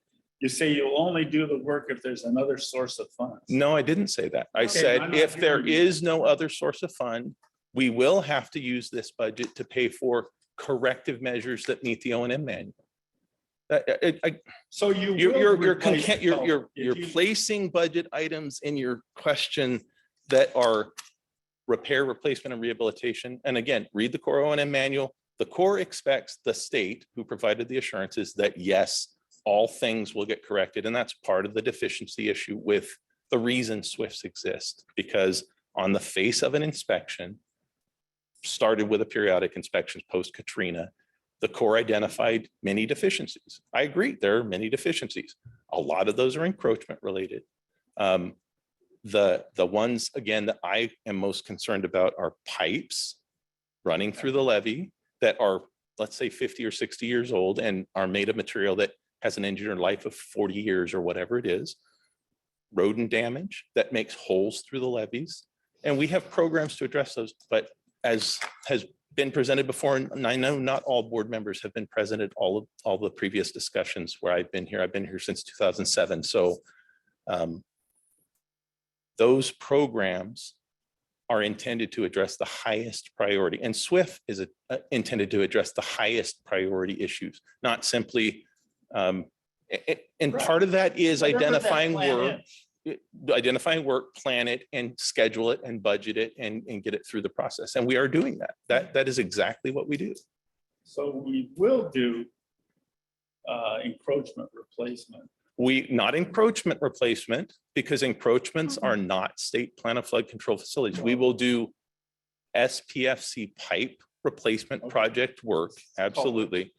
Encroachments arguably have to be enforced or handled through the board's encroachment process. I should have said, I'm talking about culverts. Right, discharge pipe, sure. So it will, as part of the SWIFT process, you will schedule replacement. We have already slip line or CIPP cast in place pipe lined in maintenance areas, many pipes, many. So that would address. It addresses useful design life for a pipe that is otherwise old, but in reasonable condition, not failed condition. So we, again, San Joaquin County on the phone during the previous presentation talked about implementation of phase 2 of DMP, deferred maintenance program. That is to address replacement of failed state plan of flood control facilities. And so again, MAs qualify for that program as appropriate, because if the MA didn't exist there, are you not going to let those protected residents get the benefit of that program? So we qualify for and we utilize other programs besides the O&M program that is here. That's absolutely true. And we've said that repeatedly through time. Previous president had mentioned subsidizing. If we're subsidizing maintenance areas, it's no different than what's happening in local maintaining agency areas. We're not subsidizing maintenance areas anything different. It is the same. Regardless, there should be a program to correct these deficiencies. And there is. If there is or isn't. And there is a program for that. Agree, there is. And we are utilizing the programs that exist and our maintenance budget to do those things. So can I try real fast? I think I know where you're going. Sorry. No, it's, Did you say real fast? I did. Thank you. I'd said it real fast. Hypothetically, let's just say that 2 MAs, they have SWIFTs, culverts are a problem. You could propose as part of this budget to replace those, even if it was a large amount in 1 year, it could be contracted, but it could be budgeted in this program and brought to the board. Correct? Reasonably, yes. Okay.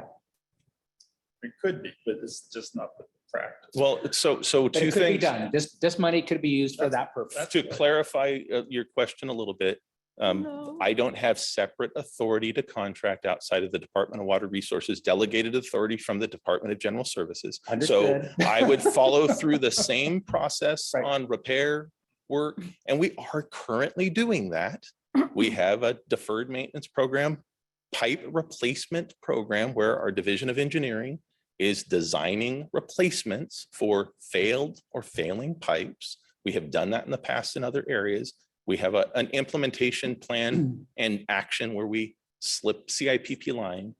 And that is not just in DWR areas of responsibility, that's system-wide. San Joaquin, Sacramento, Middle Creek. And we are doing that. The department has programs for those purposes. And again, as a steward of these levied areas, we utilize those absolutely because they're appropriate to utilize. But could I replace it? If I have something that needs to be fixed, that comes out of the restoration repair budget, basically the line item. Right. I understand the restrictions. I just wanted to clarify that it could be done this way. Right. And that's for OMRR of existing features that meet the design level of flood protection, not for improvement. I just want to clarify, because folks in the past year or so have wanted MAs to be an improvement district. An MA is not I an get that. improvement district. There's I don't think it's legislative personally, but I think there's other ways to do that. But is it through this mechanism? No. No. Not. But there are other ways to do it. And I was just curious how to change this if this is the issue, if this is the problem. Yeah, How do you fix it? it's worth maybe another discussion, but I don't know that it's a legislative fix. I think there are ways that the state can play different roles that exist already to address those things if we need to. But maybe it's worth having a sidebar about that. Yeah, definitely. And that would be appropriate. What I've noticed is when the maintenance area budgets come forward, many things about frustration and knowledge of deferred maintenance and deferred needs and lack of resources comes up because you're coming forward with the word budget.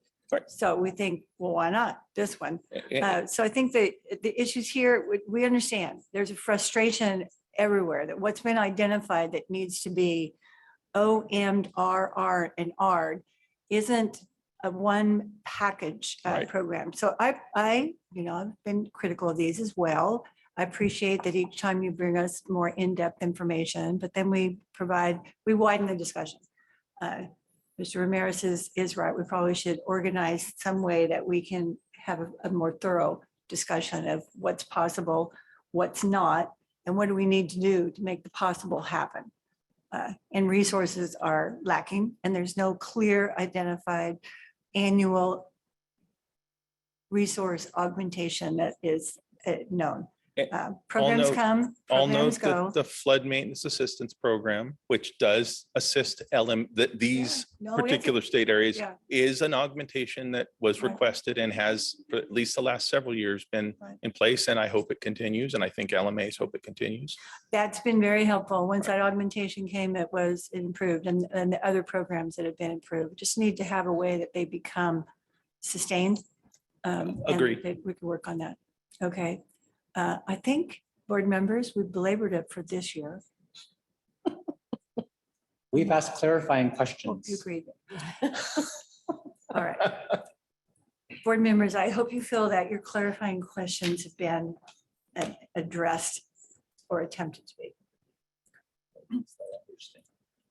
Yes, there's My concern. things created in 1955 may not meet 2022 needs. But we'll deal with what does exist and we'll try to improve it to what works. Agreed. Might any members of the public want to add to this? I don't see anyone. The audience appears to be all staff. You're going to just sit for now. Thank you. Is the board prepared to adopt a budget that is a budget? To adopt the action that is requested, which would be to approve these budgets. I'll second. All right, we have a motion by Mr. Countryman and a second by Mr. Ramirez. Any more discussion? Please go. There was a, Oh, there was there one? was a question in the chat. Oh, there was a question in Yeah, the chat? it just pulled up. Merced County Public Works to everyone.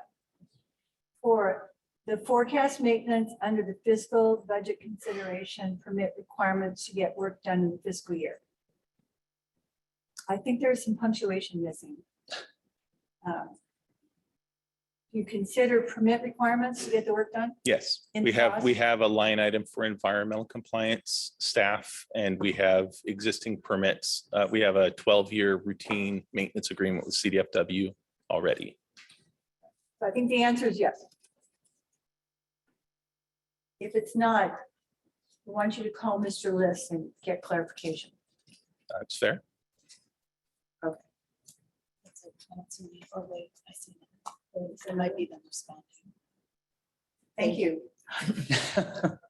Mr. List, thank you. Thank you. Okay. Hybrid meeting. Yeah, I know it's gonna work. We'll just be some Did thoughts. we haven't voted on it yet that I No, we heard? have not Okay. on that thing. I So don't when- leave. I learned a don't long leave time until I ago, do don't that. leave the podium until a vote has happened. As soon as you stop talking, I'll ask for a vote. Would you please call the roll? Board Member Grego, Yes. Board Member Ramirez, Aye. Board Member Countryman, Yes. Secretary Johnson, Aye. Vice President Valines, Yes. President Dolan. Yes. Thank you. Thank you very much. Thank you very much. Thank you. I know we'll see you again. It'll be more positive. Thanks, Mark. Thank you. Okay, sooner. Yeah. Great. Okay, we're moving on to board items. I'm predicting that these are not going to be as lengthy as what we just did, but the board can do what the board chooses. We are moving to board items. We have three. We will need to take them separately. So the first one is a statement of no objection regarding the Merced County Black Rascal Creek Flood Control Project. And Mr. Zalazo, board staff Zalazo is going to provide introductory information. What did you two just do? He gave him a clicker. You have a clicker. You have a PowerPoint. Good morning still. Good morning, Mr. good morning. I Zalato. was just telling Mr. Thank you Jones for that being here. he can take the authority on handling the presentation, so. Louder? Can you hear me? Okay. Yep.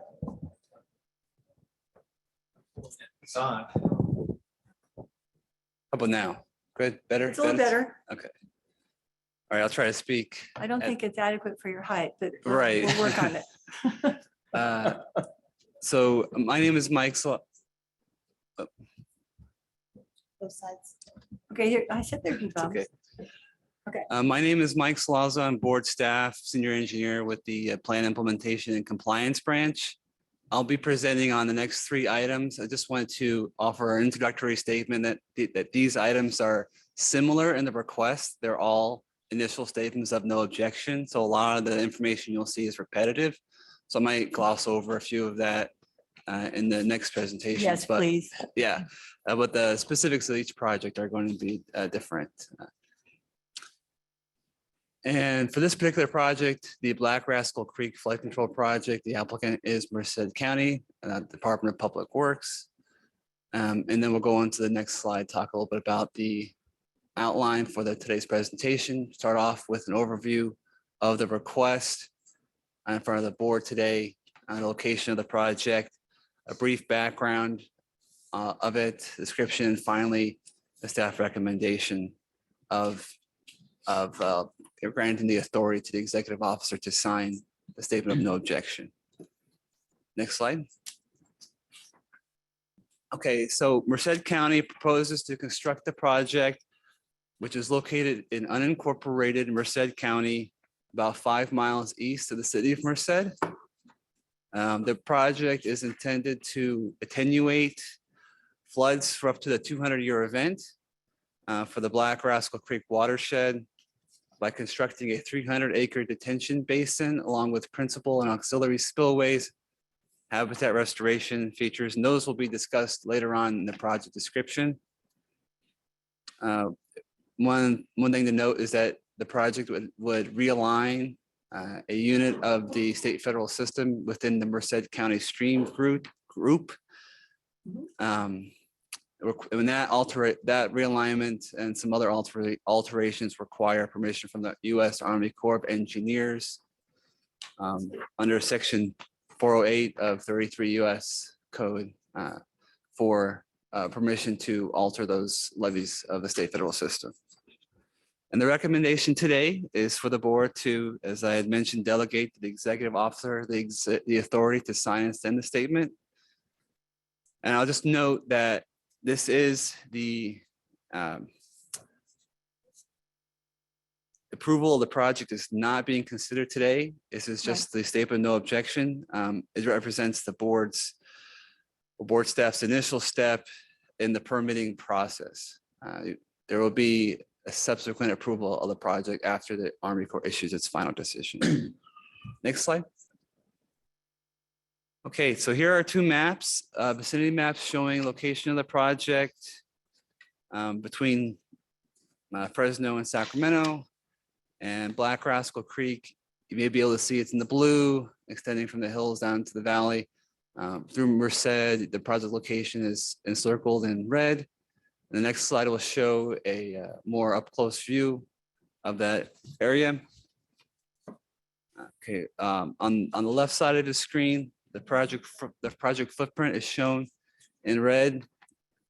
It's bounded to the west by the Black Rascal Diversion Unit #1.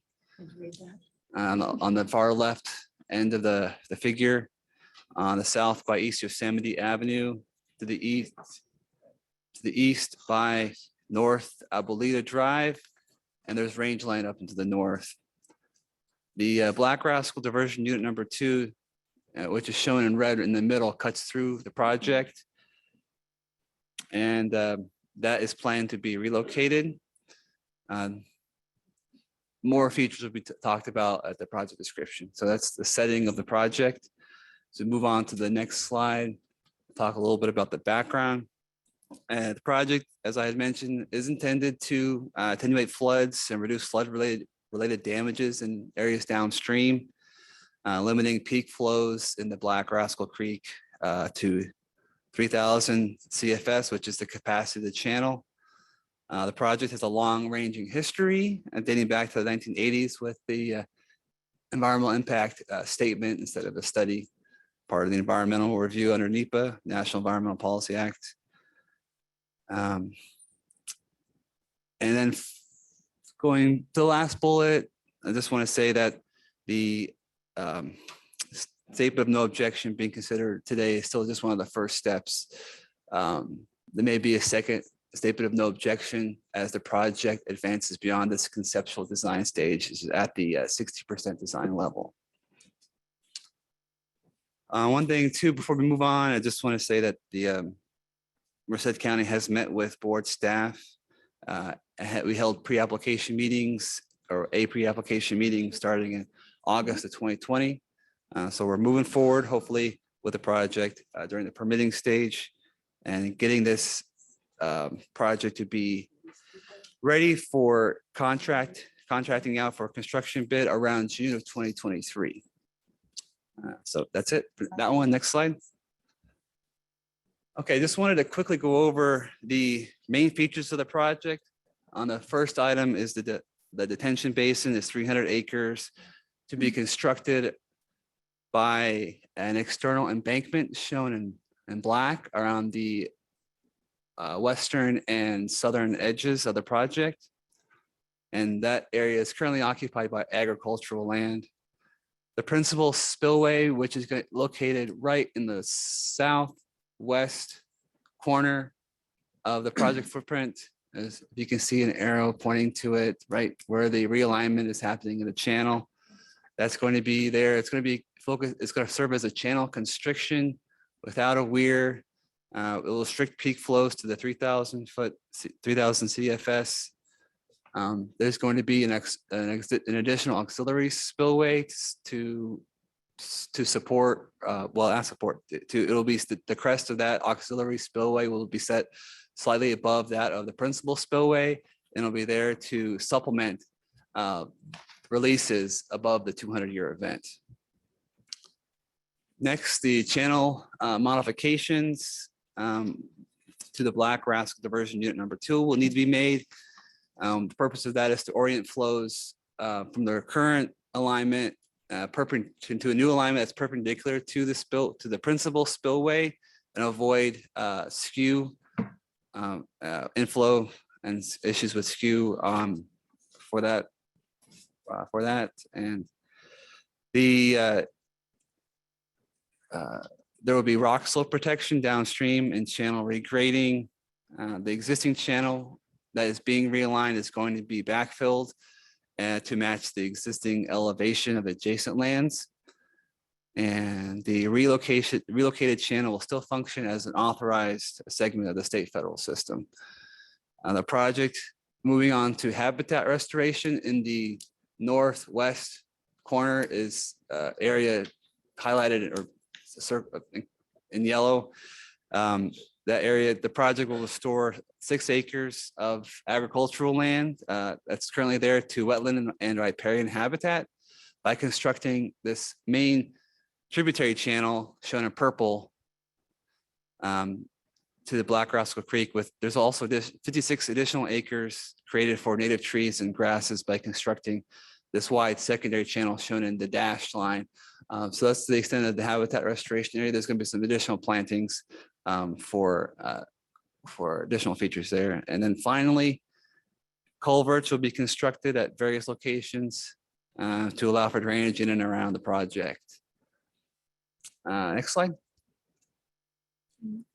So with that, I just want to close with offering board staff's recommendation today, which is for the board to approve a draft statement of no objection in substantially the form provided in the staff reports and delegate the authority to transmit that statement along with application documents to the Army Corps of Engineers for review. I'll be happy, that's the end of the presentation. I'll be happy to answer any questions. I do have some representatives available virtually to help answer any of those questions as well. Thank you very much. Thank you. I think that I see on the participant virtually that there are some partners from Merced County. If you know who they are, would you call on them to see if they want to add anything? Sure. I think we have David Ortiz or I think we may have somebody from Merced County. We have something on the participant list that says Merced County Department of Public Works. So, Mr. Department, do you want, is there a comment that you'd like to make? I see on the letter we have a Michael Clary, project manager. Okay, someone's on. Who do we have? Good morning. This is Dana Hertfelder, Director of Public Works, Merced County. Good morning. The Black Rascal Drainage Basin is the last drainage basin on the east side of Merced County that's unprotected. We've had two major flood events, one in 1997 and one in 2006, that resulted in a substantial amount of damage.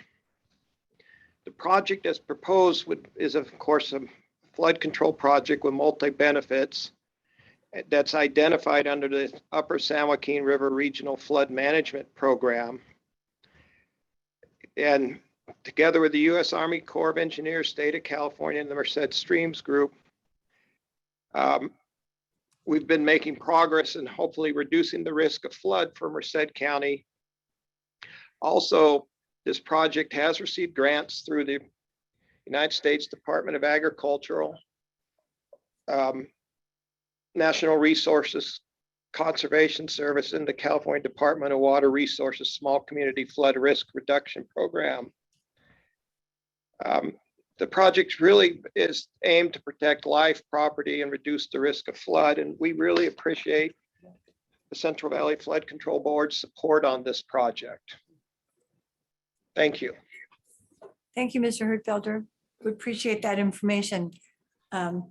We do know that putting these projects together to address issues can be a bit arduous. So we're going to move this along, I think. Are there any other local partners that wish to speak? You did a fine job, Mr. Public Works. Board members, do you have any questions or comments? Would you be ready to? Is there a motion to take the staff recommendation, approve the initial statement, and delegate the executive officer to sign the letter? I'll make the motion.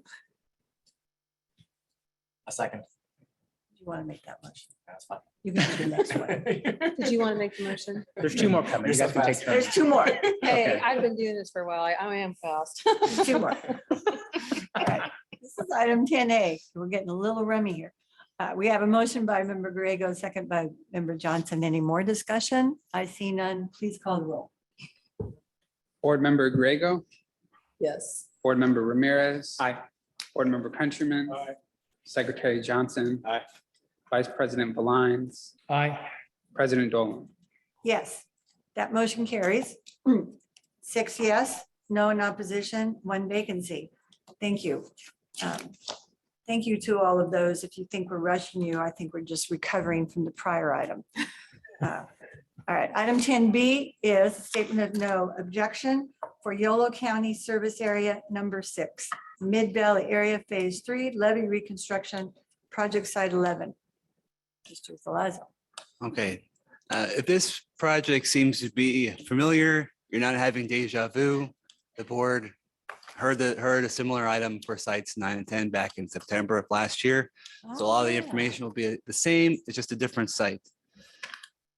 So I'll introduce myself again. I'm Mike Salazzo, board staff, senior engineer, plan implementation and compliance branch.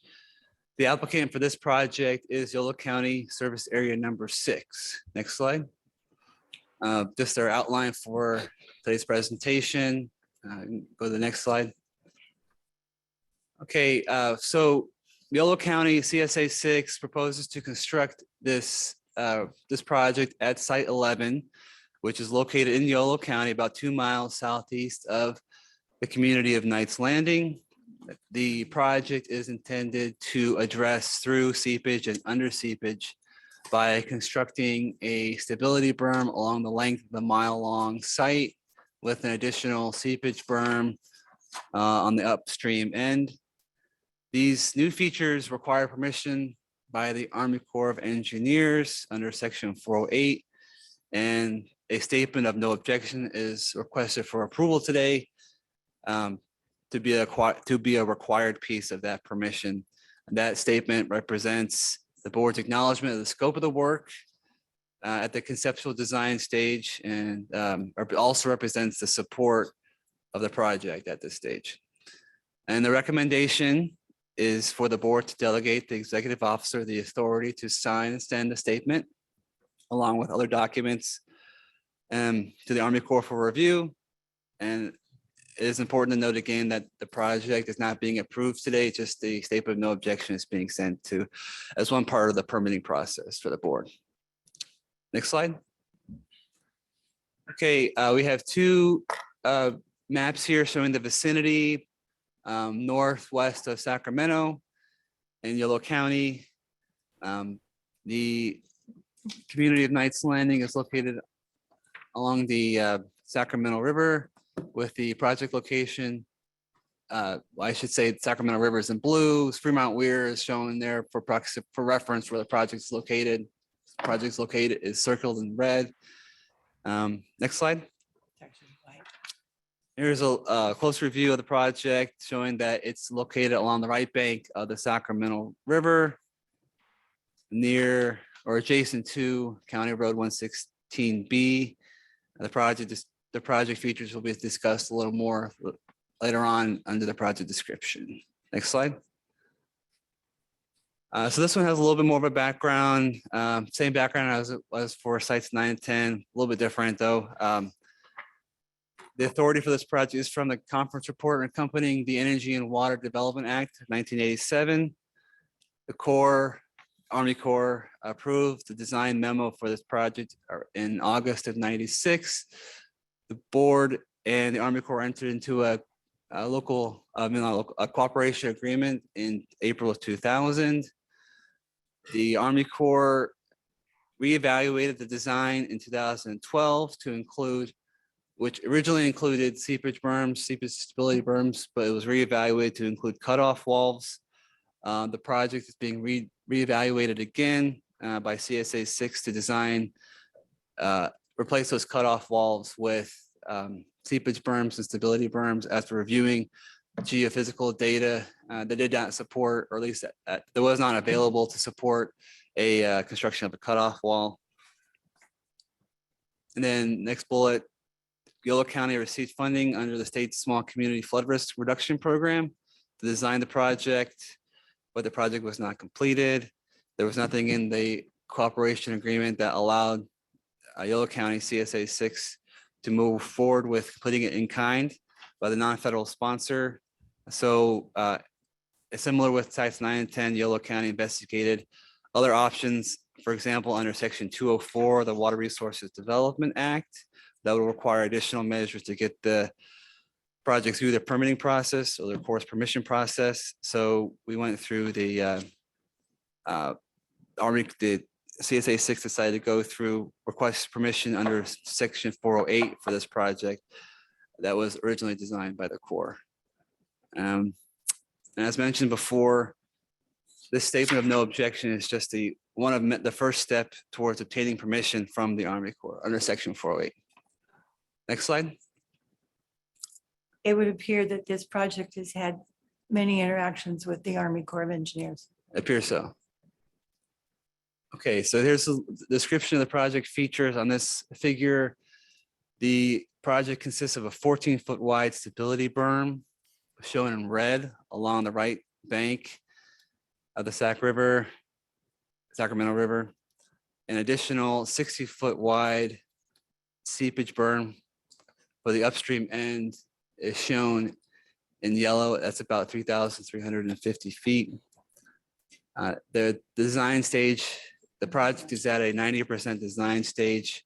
And the plans are being reviewed and will be submitted along with other documents. Next slide. With that, I'll conclude by offering the board staff's recommendation to approve the statement of no objections to move this project along into the Army Corps' review under section 408. And I'd be happy to answer any questions. Thank you. Thank you. Yes, this has been going on since 1986. Well, it was evaluated in '96. It's happened before then. Right. Yeah. Yeah. Black Rascal Creek was before then, Jane. It's 1980 was the first year for Black Rascal. Okay.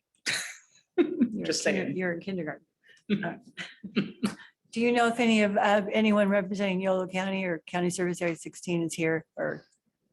I was informed that they would be attending virtually, but they may or may not have anything specific to say in support of the project. All right, let me ask if there's anyone online from Yolo County who wishes to augment what Mr. Zalato said.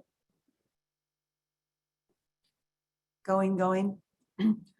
Board members have any questions, comments? I think Board Member Johnson wants to make this motion. Oh, by all means. Someone make a motion to approve the statement of no objection. Mr. Delazo, please, I appreciate that you clarified what no objection means. Is no objection to moving this process forward. There are still other opportunities to permit this project or not. To review it, yes. Oh, thank you for that. I know that. Anyone else online or in the room who wishes to make a comment on this item, considering a statement of no objection for Yolo County Service Area number 6 project? Thank you, Mr. Dewar. Okay.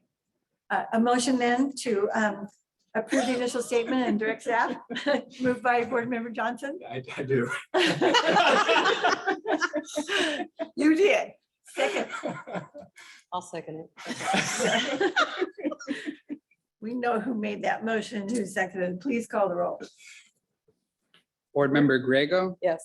Board Member Ramirez. Aye. Board Member Countryman, Yes. Secretary Johnson, Aye. Vice President Valines, Aye. President Dolan. Yes, so that motion does carry 6 yes, no opposition, 1 vacancy. Thank you. Are you brave enough to do number 3? Yes. Yes, we are. 10C is a statement of no objection. Sacramento River West Side Levy District. Grimes. I think Grimes would rather be associated with its direction from the city of Colusa rather than Yuba City, but that's just, don't comment, just proceed. Thank you. Noted. Yeah. I'm Mike Salazzo, Board Staff, Senior Engineer, Plan Implementation Compliance Branch, here to present on the initial statement of no objection for the Grimes Floodplain Restoration and Levee Resiliency Project. The applicant is the Sacramento River West Side Levee District. Next slide. We'll start off with the overview, look at the location, and then offer a little bit of discussion on the description and the staff recommendation at the end. The district proposes to construct the project located, I would say, it's a few miles southeast of Colusa, as opposed to 15 miles west of Yuba City, adjacent to the community of Grimes in Colusa County. The project is intended to address through seepage and under seepage by the construction of a cutoff wall. Some additional features along the right bank of the Sac River will be discussed under the project description. Those features require permission under the Army Corps section, requires permission by the Army Corps under section 408. And a statement of no objection requested today is a required piece of that permission. The statement of no objection represents the board's acknowledgement of the scope of work at this stage the support of the project. The recommendation for the board is to delegate the executive officer to the authority to sign the statement and have staff send it to the Army Corps to initiate the review. It is important to note that approval of the project for construction is not being considered today, but instead represents the initial step in the board's permitting process. Next slide. A couple of vicinity maps showing the location of the project near the community of Grimes, southeasterly of Colusa in Colusa County. The project location is shown very faintly in red on the right side of the Grimes community. And the Sacramento River and Tisdale Weir are shown in blue for reference. Next slide. This is another look at the project cutoff wall or area of effect. There's a figure showing the location along the right bank of the area adjacent to Grimes. More on the project features later under the project description. Next slide. So the district received funding through the state small communities flood risk reduction program to design the project. And it has to be completed, the design should be completed by late spring of 2023. The district is pursuing additional funding for the construction phase of the project. The Army Corps recently granted permission for the drilling program plan to move forward to inform the design of the project. And the statement of no objection being considered today is one of the first steps towards obtaining permission from the Army Corps. Next slide. This is a figure showing the main project features of the levee project. We'll start off at the upstream end and try to describe each of the features in turn. The first item is the construction of the soil bentonite cutoff wall, shown in blue, spanning the length of the project. There are adjacent to that on the upstream end, encircled in yellow, is an area for habitat restoration and enhancement, and it's a riparian habitat area. Downstream of that is a small area of watershed hardening shown in purple, magenta. So it's waterside hardening of an erosion site with rock slope protection. Moving downstream into the area of Grimes, there is a potential to relocate two structures shown in orange. Moving down in red, there's a relocation of overhead electric lines. And then a small segment of green, and between those two areas of overhead electric relocation is a slag cement bentonite cutoff wall that would be constructed to support an existing gas transmission line in the area owned by PG&E. Next slide. So with that, I would like to offer board staff's recommendation for approval of the statement of no objection and delegate the authority to the executive officer to sign and send it along with other project documents to the Army Corps for review. Thank you very much. Thank you. Do we have someone from the Sacramento River Westside Levee District? I see a Megan. I was thinking that might be. Yeah, she's got her hand. Might be the deputy director. So Ms. Nagy, do you want to say something? Good afternoon. Can you hear me? It is afternoon by 1 minute. Yes, we can. Right?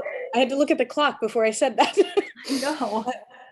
No, I don't have anything to add. I just want to thank Mike for getting this on the agenda, and happy to answer any questions you may have. Important project, key rural community that needs protection. This is quite a job to get to this point, so we'll support you as you proceed. Thank you. Well, we haven't voted on it yet. I'm just guessing. Just guessing. All right, thank you for that. Is there anyone else online or in the room that would wish to ask a question or offer a comment on this item of the project in Grimes. West Side Levy District. Oh, okay. Board members, any comments? Any questions? Do you two want to take on this motion this time? Mike's here too. Don't Oh, leave Mike all right, out. or we could do the Griego Johnson, whoever speaks first. Is there a motion to adopt the staff recommendation to approve the statement and delegate the executive officer to execute? Go ahead, Brian. I'm gonna move it if you I don't. move that we approve item 10C as set forth in the staff recommendation. Okay, I'll second it. all right. We have a motion by member Johnson, second by member Griego. Please call the roll. Board Member Griego, Yes. Board Member Ramirez. Aye. Board Member Countryman, Aye. Secretary Johnson. Aye. Vice President Valines, Aye. President Dolan. Yes, that motion carries 6 in favor, no in opposition, 1 vacancy. Thank you. Thank you, thank you. Now, item 10D has been removed, as I said earlier, so that's all I'm going to say for that. We have executive officer reports, board comments, upcoming meetings, and then a closed session. Do you want to power through those 3, or did we just? Or you want to take a break? Yep, let's go. Okay. We have item 11, executive officer reports. We received these reports in writing. I consider them very informational and helpful. I appreciate them. They come at the end of the agenda where we say, okay, we'll read them and talk to you at some point. We have the board's administration, who sends it at the most updated fashion, operations branch, plan implementation and compliance branch, environmental services and land management branch, flood planning and programs branch. And then come July, we're going to have another branch, right? That is the new branch. Oh, that is a new one. Okay. See, I'm learning all the time, these charts. Okay, thank you for all those reports. Board members want to discuss them at all? I don't see that. Does anyone in the public want to, online or in the room, want to say anything? You're all going like, no. Okay, I don't see that. Thank you all for the reports, staff. I don't have a question, but I do just want to say, because we haven't said it lately, don't say it every time. Thank you for those. They're very helpful, well written, and always find them informative. So thank you. I'll second that. Yeah, agreed. All right, there's a motion and second. We all like staff. All in favor, say aye. We appreciate your work. No, appreciate your work. Thank you. We're a little giddy, but we're very serious about how important these are for us. So thank you for the effort. Item 12, board comments, committee updates. I do have something to say. How'd you know? I got a heads up from the executive officer. Oh, okay. I just wanted to flag something that I think we know about, but I wanted to say it out loud, just make sure that we do, that came in. And it's from the city of Lathrop. And it was to outside agencies, and we're listed as one of the agencies, as well as the JFCA and Reclamation District 17, and some other state agencies. And it's about a subdivision proposal. And I wanted to flag it because I thought the timing was perhaps fortuitous with the plan now out. I've not looked at the plan closely for this area, but I know generally in 2012 and 17, our priority was to focus on the bottom of each of the systems, right? Where all the water ends up coming together. And this proposal is very much at the bottom of the system. And the comment deadline is May 6th. And I would just ask our trustee staff to take a look at it. And at the very least, just put a flag up that this 2022 plan is out, and people should be mindful of issues that need to be addressed. And I would hate to see any local jurisdiction paint themselves into a corner unnecessarily without having all the information in front of them. And we just released a whole bunch of information, the state did. So I just want to make sure that they know that and that we share it with them, and that we can follow up. That would be great. Through the chair, just to ask some more clarification about that, Tim. So you're saying that there's a planned community in an area where there's a, you said that there was some kind of conveyance system that was It's a, by? it's an area that is sort of surrounded on three sides by the San Joaquin River in the city of Lathrop. And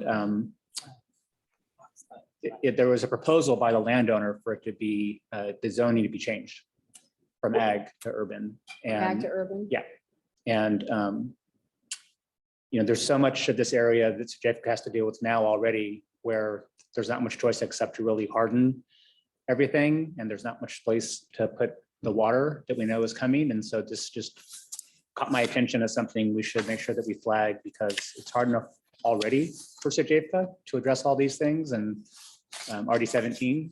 And this is in their area. And I just wanted to make sure that we ensure that the city of Lathrop has all the data that we now do that was just released. You know, the more we can say, the better. I just wanted to at least put it on our radar so that we could follow up and make sure we got something in by the deadline so that they had that information.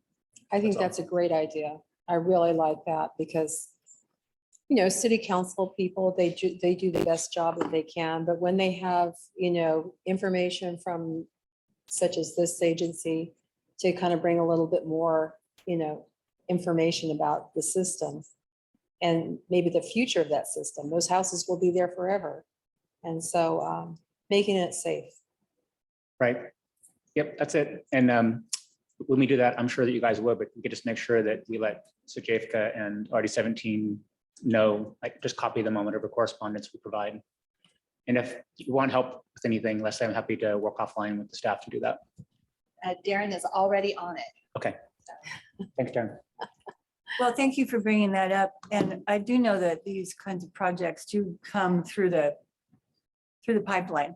And so this is one that we actually toured. We looked at the area. We've had concerns from area residents, and we know that it is zoned agriculture. And then when there's a proposal to intensify that to urban in an area that we've indicated may not be appropriate, but looking at the plan, goals and opportunities and hopes would be appropriate in their discussion. So I'm sure staff will do that. Very good. Thank you.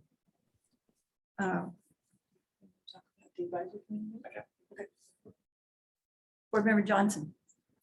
Thank you. I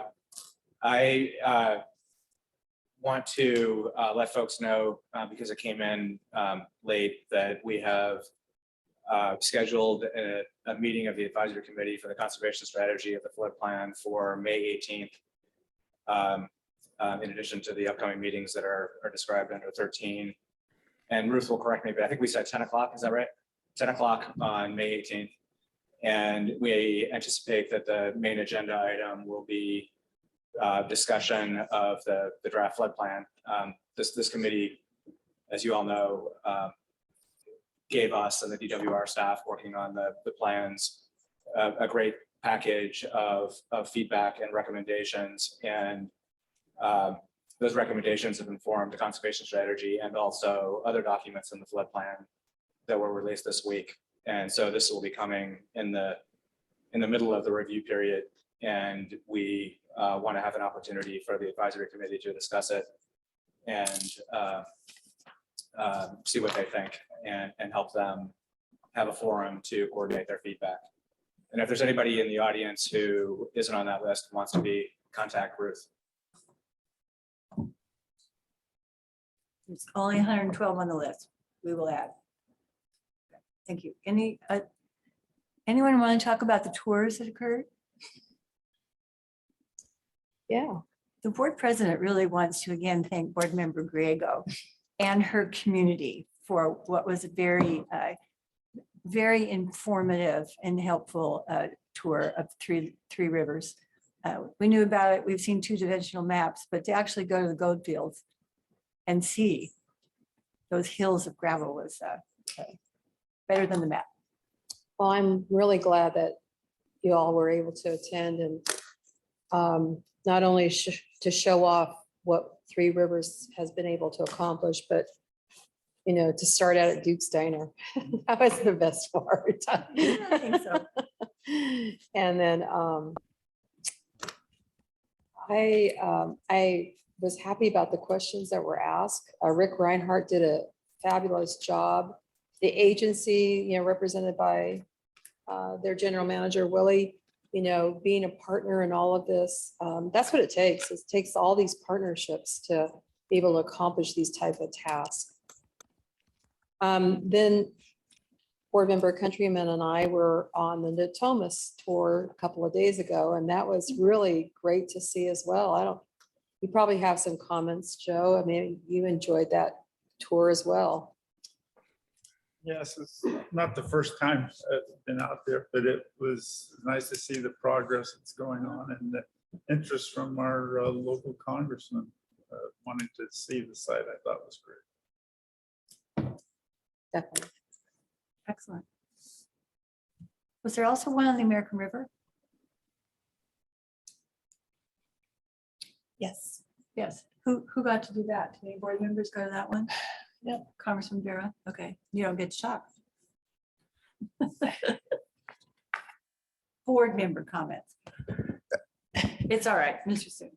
Good afternoon. Yeah, there was a press conference Okay. on the Thomas project with Congressman Matsui, and subsequently a tour of the Thomas Levy project with soon to be our representative Congressman Barra. Yeah. It's so great we can now get out Mm-hmm. and do things. Yeah. And good to be here. President All right. Owen? One item, Jane, before we move on. Oh, one more thing Yes. too. Sorry. Oh. Board members first. I was going to say Leslie first. I just wanted to echo the comments about the tour of the Yuba. It just struck me, and I was going to tell you this later, but I'm going to say it out loud now for everybody. I don't live where I grew up. And it was really clear how proud you were being a part of all that, which is really nice to see. And also, I was just reminded about how sophisticated the different people and entities are in that region. We talk a lot about this old system and framework and these new things we're wrestling with. And somehow folks continue to reinvent themselves in new ways all the time. And I learned things that I didn't know about that day from people just riding along and talking to them, which were really fascinating. Thank So you. good for you guys and good for you. Thank you very much. I appreciate that. A lot of hard work, and you just keep your head down and you don't know if anybody else realizes it. And it's nice to be able to share that information because it could benefit, other areas. And that's basically, when you're at the tip of the spear, you want to make sure that everybody else can follow along. Yeah, I really like how folks really try to continue to work on how, right? There's always a way and a reason to say it's too complicated and I'm tired or no, but the folks just continue to find ways to navigate whatever's in front of them. And I think people will glean insight from that. Thank So, you. Focus on the how. And all of our thanks to everyone who really handled all the logistics for that, starting with the Jim Steiner. That was pretty amazing. You can go there any other time that you want to, because it's always amazing. And then just to get everybody from one location to the other. And you're right, that was great. Anything else, board members? Executive Officer, do you want to add something? I did just want to add one other item to our upcoming meetings. There is on May 6th from 1 o'clock to 3 o'clock PM, a WebEx meeting, which is a pre-AB 52 meeting to provide information about the Yolo Bypass Cash Slough Master Plan to tribes that are traditionally and culturally affiliated with that area. So we will be hosting that, and there'll be I believe Board Member Grego and Board President Dolan have been invited to that. what time? 1 to 3 on May 6th. I think we are to do that, but I think the email came to everyone, so you can listen in. It is the tribal consultation for that project that our program manager is coordinating. Thank you. That was it. Thank you. So the upcoming meetings, May 6th for that, online, board workshop on May 13th. We will figure out what we're going to talk about. Coordinating committee, May 25th. And our next business meeting on May 27th, which will be hybrid, will be better, and we'll be in the auditorium at the Natural Resources Building. We are at the end of agenda items. The next thing that we are going to do is a closed session. Mr. Dua will state very briefly what it is, and then we're going to ask everyone who's not a board member or clear identified staff for this matter to leave the room. We expect it to take approximately 5 to 8 minutes, and then I will return and adjourn the meeting. Mr. Dua, what is the matter? Thank you, President Dolan. The matter pertains to item 14C, which is the people of the state of California versus the Young Farms Enterprises, which is being heard in the Superior Court of Yolo County. And I understand this is information to the board because we've asked for that, but This no is correct. decisions are. This is just an update on some requested information by board members. Okay. We do not anticipate reporting out any actionable items at the conclusion of the closed session. All right. Once everyone leaves the room, the door is shut. Mike Valines has his hand up. Oh, Mr. Valines, you can stay. Do I just stay on, or do I have to go to a different link? Good question. I was going to step in and answer that question for you. I just sent an email to Ryan, and it's going to be the link you're going to use for closed session, because I'm going to go ahead and stop this, or pause this recording and then turn off audio and visual. So Ryan's going to send you that link, and I'll bring you in that way, so that way you can still participate in closed session. Okay. Thank you, Renee. I Thank you. forgot that we are in someone else's venue. We really That's okay. appreciate That's your okay. assistance. Happy. Thank you very much. I'll be in there in just one moment. You leave this one and come to another one. Okay.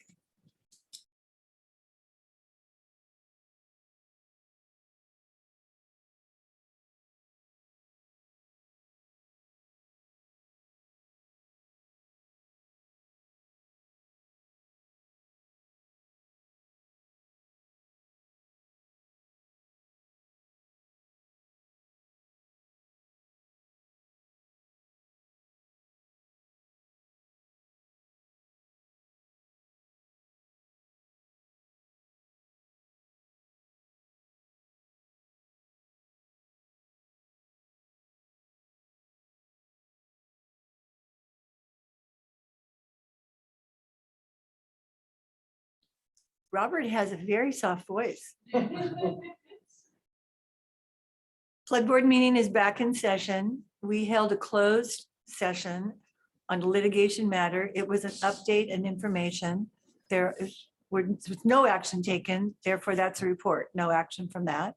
We have no further business before this board, so our meeting is adjourned. Okay, yay. Okay, thank you. Thank you to SACOG staff for all of their assistance with meeting here. Thank you to Mr. Soon for making it happen. Who else do we need to thank? Thank you all for being here today. Thank you for being